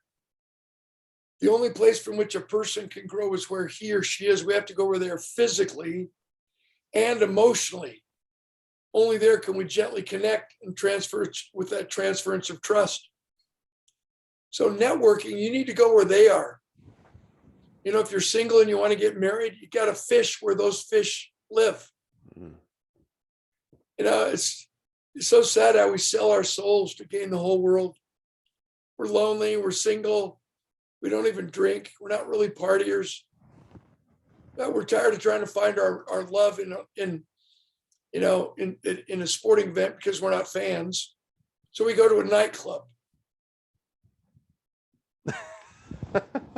And we have a little chemistry, maybe a little infatuation, maybe some lust. We hook up with somebody. We date a few times. It's convenient. We think we're in love.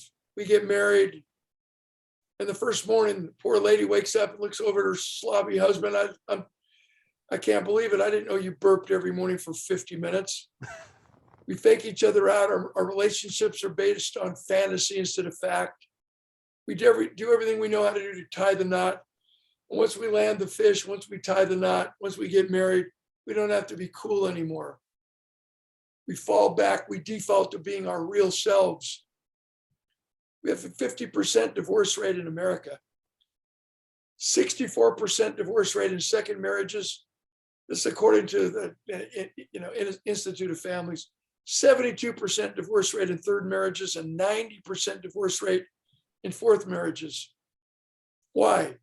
Here's my question. Do we get divorced after we get married? Or did we get divorced before we got married? Because we built our relationship on fantasy instead of fact. We sold out, trying to be popular for the moment instead of respected for a lifetime. That's the answer. In networking, it's a chance for us to be authentically ourselves and find our tribe, find our peers. The purpose of a leader is to grow more leaders who believe what you believe, not generate more followers. As my buddy Simon Sinek and my colleague Simon Sinek says, the goal is not to do business with everybody who wants what you have. The goal is to do business only with those who believe what you believe, so they choose you, not just somebody who does what you do. Back full circle. What do you believe? And if you want to learn how to network at the highest levels and influence the affluent, first, you have to go where they are. Second, we must be willing to pay any price and travel any distance to associate with extraordinary human beings. We become the average of the 5 people we associate with the most. Before we can actually attract extraordinary human beings into our lives, where we can network at the highest level possible, we must first be an extraordinary human being. So if you want to perfect the art of networking, what we have to do is first and foremost, work on ourselves. Increase that bucket list. What's possible? Dream the impossible dream. Think bigger than anyone else. Refuse to live small. I want to go to space. I want to work in the White House. I want to win at Nürburgring in a race car. I want to do these things. You can if you think you can. Why? Thoughts are things. Thank God for Napoleon Hill. It all makes sense to me. Networking. And if you think about it from a sales perspective, Dr. Herb True, University of Notre Dame in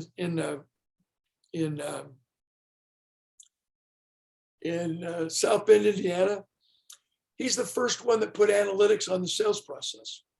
Dr. True said he discovered 44% of sales professionals quit after the first sales call. 24% quit after the second sales call. 14% quit after the third sales call, and 12% quit after the fourth sales call.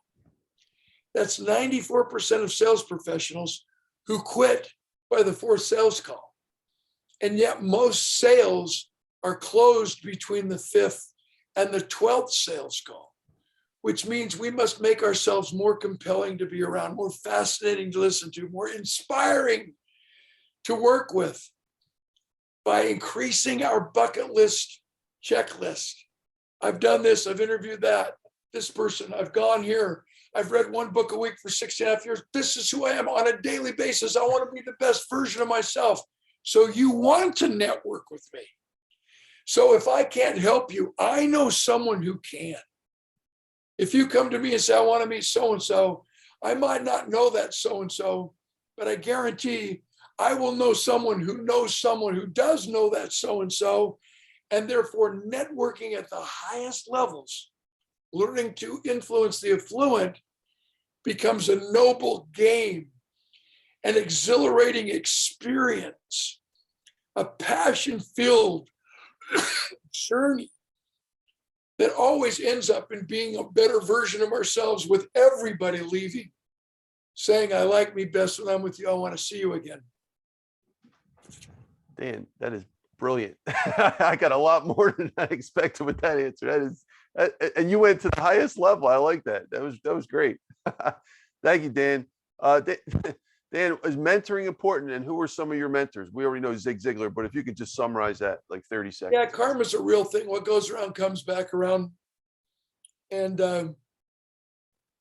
yeah, I think because of my experience with Zig, we always have to find someone. The quickest way to strengthen your own heart and strengthen your own back is to reach down and lift someone else up. So mentoring, if you're serious about leaving a legacy of love and leadership, it's about how many people's lives you've touched that actually took themselves to the next level, having had an experience or a relationship with you. So one of the greatest goals, you can always find an insecure leader who's afraid to mentor someone because they're afraid that he or she's going to take their job. You go into organizations and they still keep themselves in these silos. They hoard information because that's how they control their power. They're afraid to mentor. They're afraid to share critical information. They're afraid to coach because they think that person's going to eventually become better than they are. Out of insecurity, they're jealous, they're possessive, especially in personal relationships. Don't talk to him.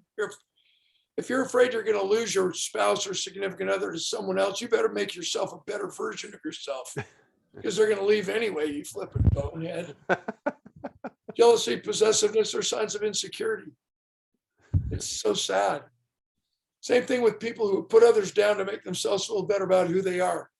Cyberbullying, physical bullying in teenage worlds, in our corporate arena, sexism, racism, it's all a sign of insecurity and ignorance.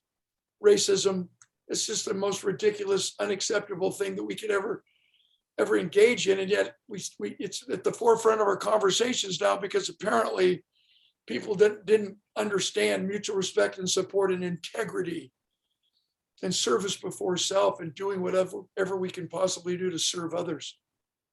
So if you want to see a confident human being, you find one who reaches out and serves and shares with others. Thank you. Appreciate that, Dan. Excellent. Go out of their way to lift someone else up to help them succeed.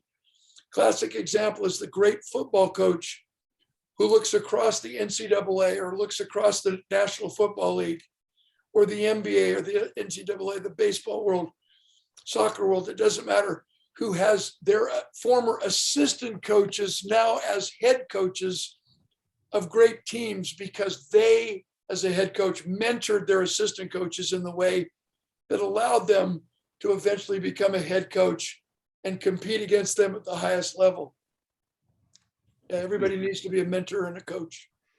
Thank you, Dan. Appreciate that. That's a brilliant response.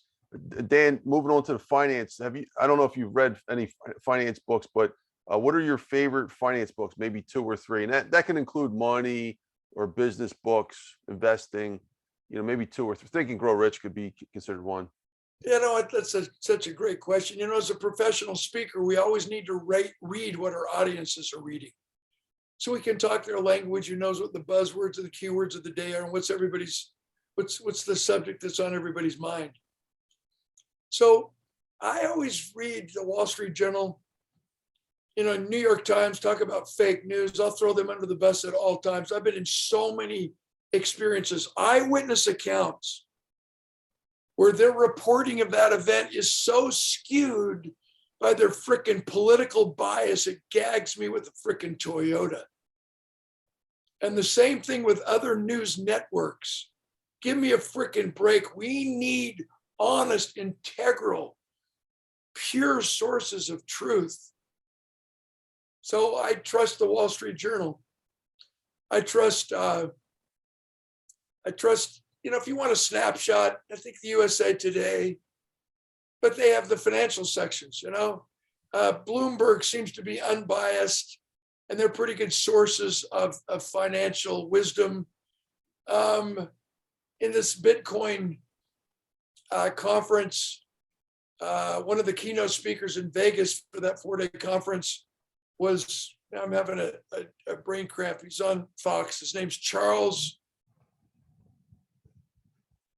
I got to think of his. Charles, articulate, amazing, one of the smartest guys on the planet, African-American. What's his name? Anyway, look him up. He'll give you great financial news. My brother, younger brother, he's very, very extraordinarily successful investment banker. So he personally tutors me in bonds and stocks. I think you can actually, in our day and age, maybe the question is not the best financial book I've read, because I know I could call you again as soon as I look in my repertoire. When I get home tonight and look in my library, I'm like, Tony, bam, bam, bam, bam, bam. My financial books. By the way, Dan, have you received my 3 books that I sent you? I'm sure I have. I haven't. Remember, I've been trying to orchestrate these speeches on the last 7 days. So I've been, preoccupied in my hotel rooms, but I shall as soon as I open up my computer. But yeah, I think we need to seek out the best books. I think timeless financial wisdom is what we need to seek, not faddish investments. Real estate, you can't ever go wrong, because from space, there's only an X number of square feet of real estate. You can't ever go wrong investing in real estate. So, I would just find a great, reliable source about stocks and bonds, and I wouldn't trust, find a righteous source.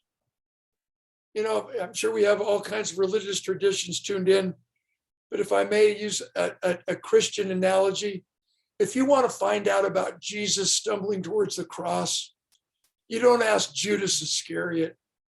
You ask Mary, his mother. You ask Peter, James, or John. If you want to find out about Trump, you don't ask Hillary. If you want to find out about Hillary, you don't ask Trump. Let's go to some righteous, integrity-based, truthful, honest human beings who are eyewitness without political bias, who can tell us exactly what's going on and teach us the irrefutable truths about life, liberty, pursuit of happiness. Yeah, come on, America, let's heal ourselves. Thank you, Dan. Appreciate it. Dan, only a few more questions left. You're doing great. And then we're going to wrap up. Okay. So maybe 20 seconds or so. Do we need money to survive? Yeah, but back to the Bible.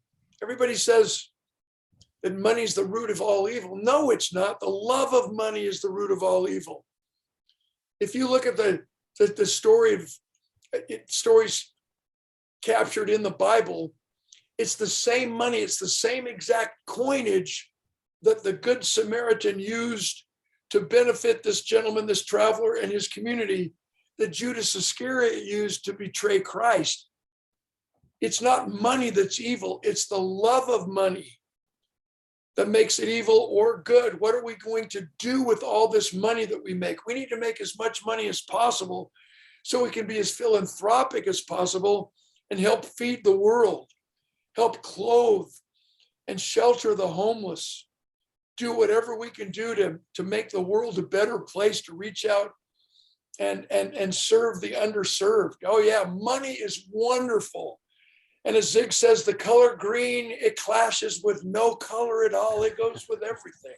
But let's just be careful in our personal motivation and refuse to gain the whole world at the expense of our soul.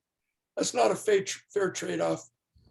Don't die with your music still in you, with a Bentley and 2 summer cottages and all the money in the bank and no one to share it with. That's beautiful. Thank you, Dan. And as an extension of that question, is finance necessary for everyone? Now, finance, when I say finance, I'm not talking about funding. I'm talking about the science of finance. Absolutely. You're famous for illuminating financial literacy. Our mutual friend, Sharon Lecter, she has had a whole lifelong mission, especially educating women in financial literacy. Yeah, financial literacy is so critically important. We need to understand about saving and about the time value of money and you know, everything about interest in economies of scale. I mean, I could whip off all the buzzwords. I just challenge all of us to become financially literate. We need to know about money. We need to know about what the hell is going on in America. They just keep printing more and more money, which devalues the dollar. And they're just buying votes by giving away money. Are we serious? Come on, America. Dan, you're on my topic. I could talk for hours with this one. I'm telling you, become financially literate. Understand how the free market system works. And America is not a socialist country. It's based on incentive, motivation, and free enterprise. Come on. Right on. Thank you, Dan. All right, Dan, here you'll like this question. How important is having a purpose in business, and what is your purpose? Maybe 30 seconds or less. Yeah, the classic example is Disney. So every company has a mission statement, every company has a vision statement. And even Stephen Covey back in the day made that a popular move, write a personal mission statement, write a personal vision statement. But if you don't have a purpose statement, nothing else matters. You have no direction. Disney, their purpose statement simply says, we create happiness in others. Look it up, which means it doesn't matter if you're a groundskeeper in charge of keeping the resorts and the parks clean. It doesn't matter if you're an individual who suits up in a Disney character and roams Disney World, Disneyland to put smiles on people's faces. Or if you're a Disney executive working in an office, regardless of your job title and description, your purpose statement is to create happiness in others, no matter what you do. So if you figure out what your purpose statement is, and mine is, to leave everybody saying, I like me best when I'm with you, I want to see you again. Whatever it takes to build that person's confidence, to make them feel confident about who they are and what they have the potential to be, that everything's okay. In the end, everything's okay. And if it's not okay, then it's not the end. Never say never. They need to get back up and go again. In 2 more days, tomorrow's yesterday. My purpose is that of resilience. I've never missed a speech. I've had flights canceled, driven 7 hours through the Badlands of Nebraska, because I believe, as I said earlier, that in every one of my speeches, I know there's at least one man and one woman who is hurting as badly as I was, who is suicidal. And if something I said or a song I performed or a story I told could somehow save that person from killing themselves, save a marriage, help their child, help them have the confidence to sustain so they don't have to take out bankruptcy, to hang in there, that's my purpose. That's my calling, to speak, to write, to record music, to have my Power Players podcast with Dan Clark, to invite everyone to join me on Instagram, Dan Clark Speak, and tune into my Master of the Morning, Own the Day. Follow me on Facebook, Instagram. I am called to make a difference, and that's my purpose. I challenge you to take some quiet time and write your purpose statement, and then tie into that, marry to that what we call a code of conduct.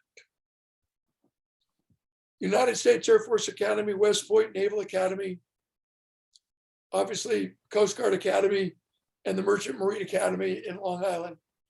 They all have a very simple code of conduct, which quantifies a higher ground, a higher way of thinking based on ethical, moral standard of performance. Air Force Academy Code of Conduct: we do not cheat, swear, or steal, or tolerate anyone among us. Every culture, my friend, in our homes, in our children's schools, in our family-owned businesses, on our sports teams, in our government agencies, in our Fortune 500 companies. Every single culture is created between the strongest belief, the highest expectation, and the best behavior that the leader lives by, and the weakest belief, the lowest expectation, and the worst behavior that the leader tolerates. So when we talk about purpose, first figure out what you believe and why you believe it. Then how do you want people to leave you having interacted with you and had a chance to pass you in the day and night and be part of your inner circle of relationships? And number 3, specify your code of conduct and then create your culture between your strongest belief and what you're not willing to tolerate. And as you shrink the distance between your strongest belief, highest expectation, best behavior, and what you're not willing to tolerate, you create what we call a culture of significant partner leaders that I talk about in my book, The Art of Significance, Achieving the Level Beyond Success, which allows everybody and encourages and empowers everybody to believe the same, to share the same why, which is bigger than our why not, and come together as a family, as a team, as a company, as a school, as an organization, as a committed citizenship of America to heal America and make it everything that it has the potential to be. It makes so much sense and it's so simple to fix. What's your purpose? Why are you here? And you don't quit because you got knocked down. That means you're competing against others. Get back up and go again. Are you tall, short, wide, thin, fast, slow, smart, stupid, pretty, or pretty ugly? Says who? Compared to what? If I could ship you off to a deserted island and you had no access to fashion magazines or Photoshop Twiggy models or anyone who's driving a Ferrari or any other kind of car or had any access to anybody else's bank account, would you not just love yourself for who you are and compete only against yourself to become better today than you were yesterday? Yeah, that's your purpose. You're here for a reason. Find out what it is and make sure you use it to better the worth of souls and everyone around us so that they leave saying, I like me best when I'm with you. I want to see you again. It's pretty simple in my mind. That's what I do. I wake up every morning and I say, how can I make a difference and serve others? Because in the process, I will become a better human being. And when the water in the lake goes up, all the boats rise together. Wealth flows through you, not to you. It's amazing. It's amazing. It's amazing. Thank you, Dan. That was amazing.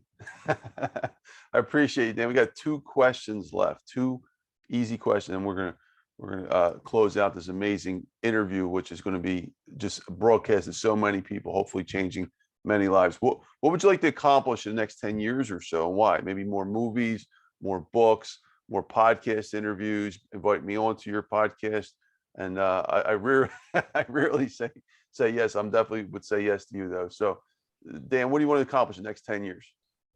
I don't think I'm going to write another book. You know what happens? The publisher, Adrian Zackheim over at Penguin Random House, they'll tell you when someone comes in and says, I have 2 books or 3 books. Mm-hmm. They always say, no, be a basketball coach. You got to put your 5 starters out on the floor at the first time. You got to win the championship or you might not have another one. You got to win the game or you might not have another one. So what a publisher will tell you is your readers will tell you what your next book needs to be. I've written 37 right now. I don't need to write any more books. My last book is Story Selling. And I really dissect the brain chemicals and the art and science of finding your signature story and making it funny and evocative and emotional. So that would be probably my definitive book right now. I don't need to write another one. I'm focused in on my speaker boot camps, 3 days, economically priced. And I will teach you the art and science of writing a killer speech, a speech that listeners love. The 8 elements of crafting that Hall of Fame speech. So I'll be holding those multiple times a year for the next 10 years. conducting my master classes on storytelling and increasing that ability and turning it into story selling. So you know how and when and why to trigger specific brain chemicals to alter the buying decisions and the thinking of the listeners or the readers. Very critical. And I'm going to keep being a professional speaker. If I can come in and work with your organization on team building, on leadership, on flat out being that motivational keynote opener or closer for your convention, I want you to contact my office, danclark.com, 800-676-1121. I'm still called to be a professional speaker, and I will die at work. I might be 107 going, you can if you think you can, with a lot more stories to share, so I'm still relevant. I just want to keep making a difference. I want to keep making as much money as I can so I can be philanthropic in every way I can, and raise enough money to build a building on the University of Utah campus in honor of my dad, but name the building Anonymous instead of being that egomaniac who wants to build a building and name it after moi. Some of those people gag me too. Let's see if we can make a difference without anyone really knowing who's behind the curtain, and really change someone's life one story, one minute at a time. That's incredible, Dan. Thank you. But I still want to have a number one song in pop music and number one song in country music. I haven't achieved that yet, but I'm going to figure it out. I look forward to it. I'm rooting for you, Dan. Thank you. Now, last question, Dan. What would you like to leave as your legacy to this world?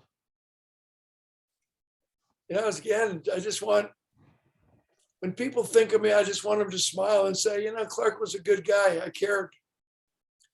And I've had a chance to go up into space, flown every fighter jet with 2 seats, every bomber, all the transport, KC-135, refueler, C-5, C-17s, many times C-130s. I've had so many experiences in the military, going downrange 8 times to fire up our troops, because I've given over 350 free speeches to the military. That's how I serve my country.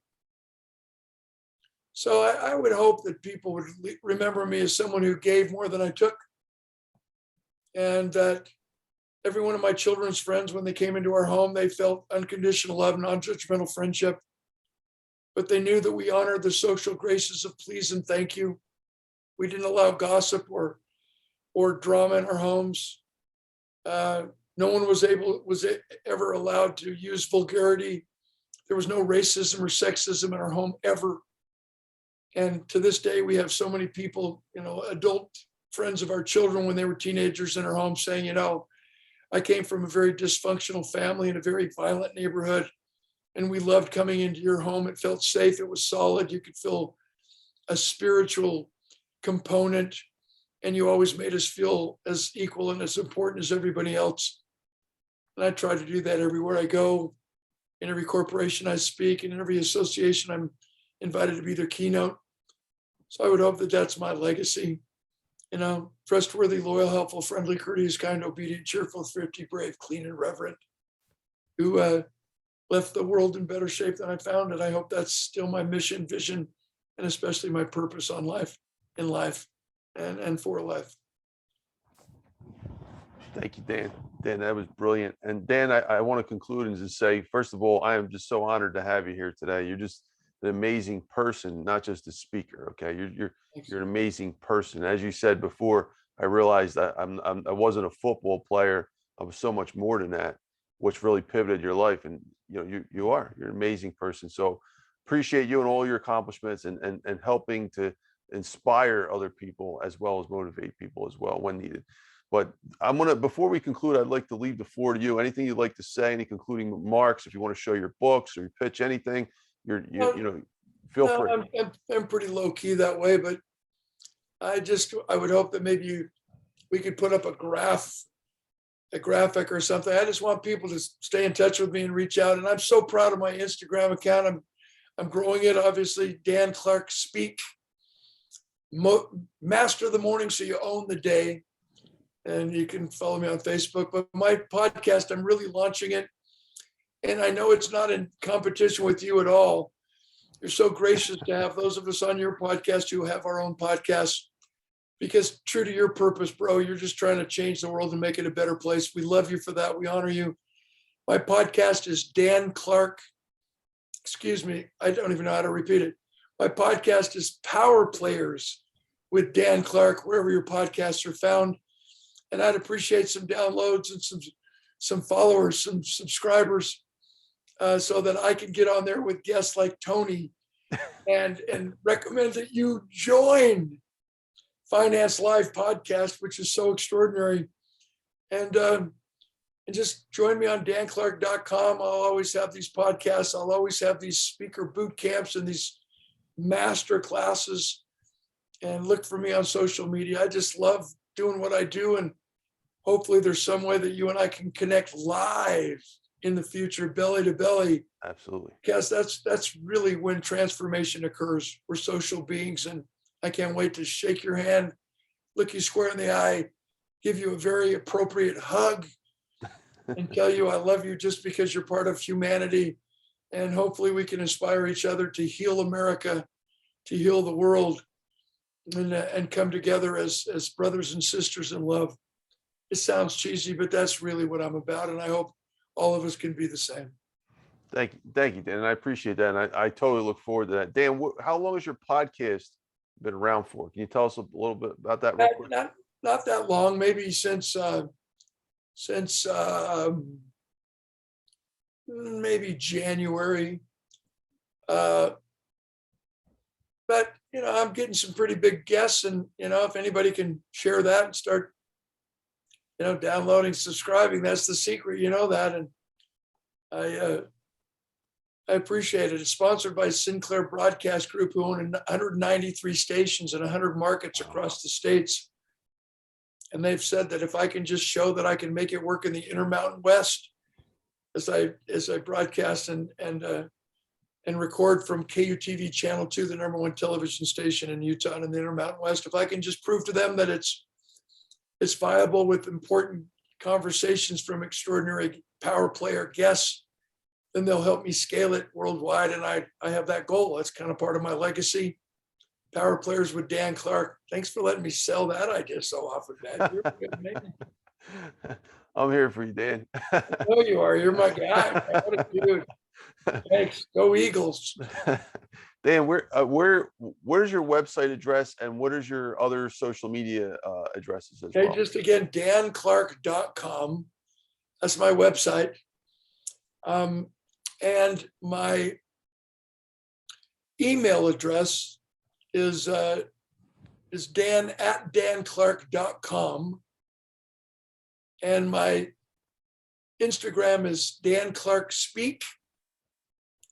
I have a YouTube channel at Dan Clark, the Global Speaker. My Facebook is Dan Clark Speak. And I really hope you go to my podcast with Power Players with Dan Clark, and just stream it everywhere and anywhere that podcasts are found. And hopefully you can turn me into somebody who has more than 11 international friends,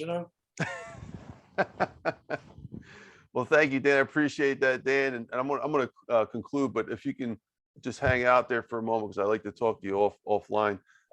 So folks, thank you again for being here. This was an amazing interview.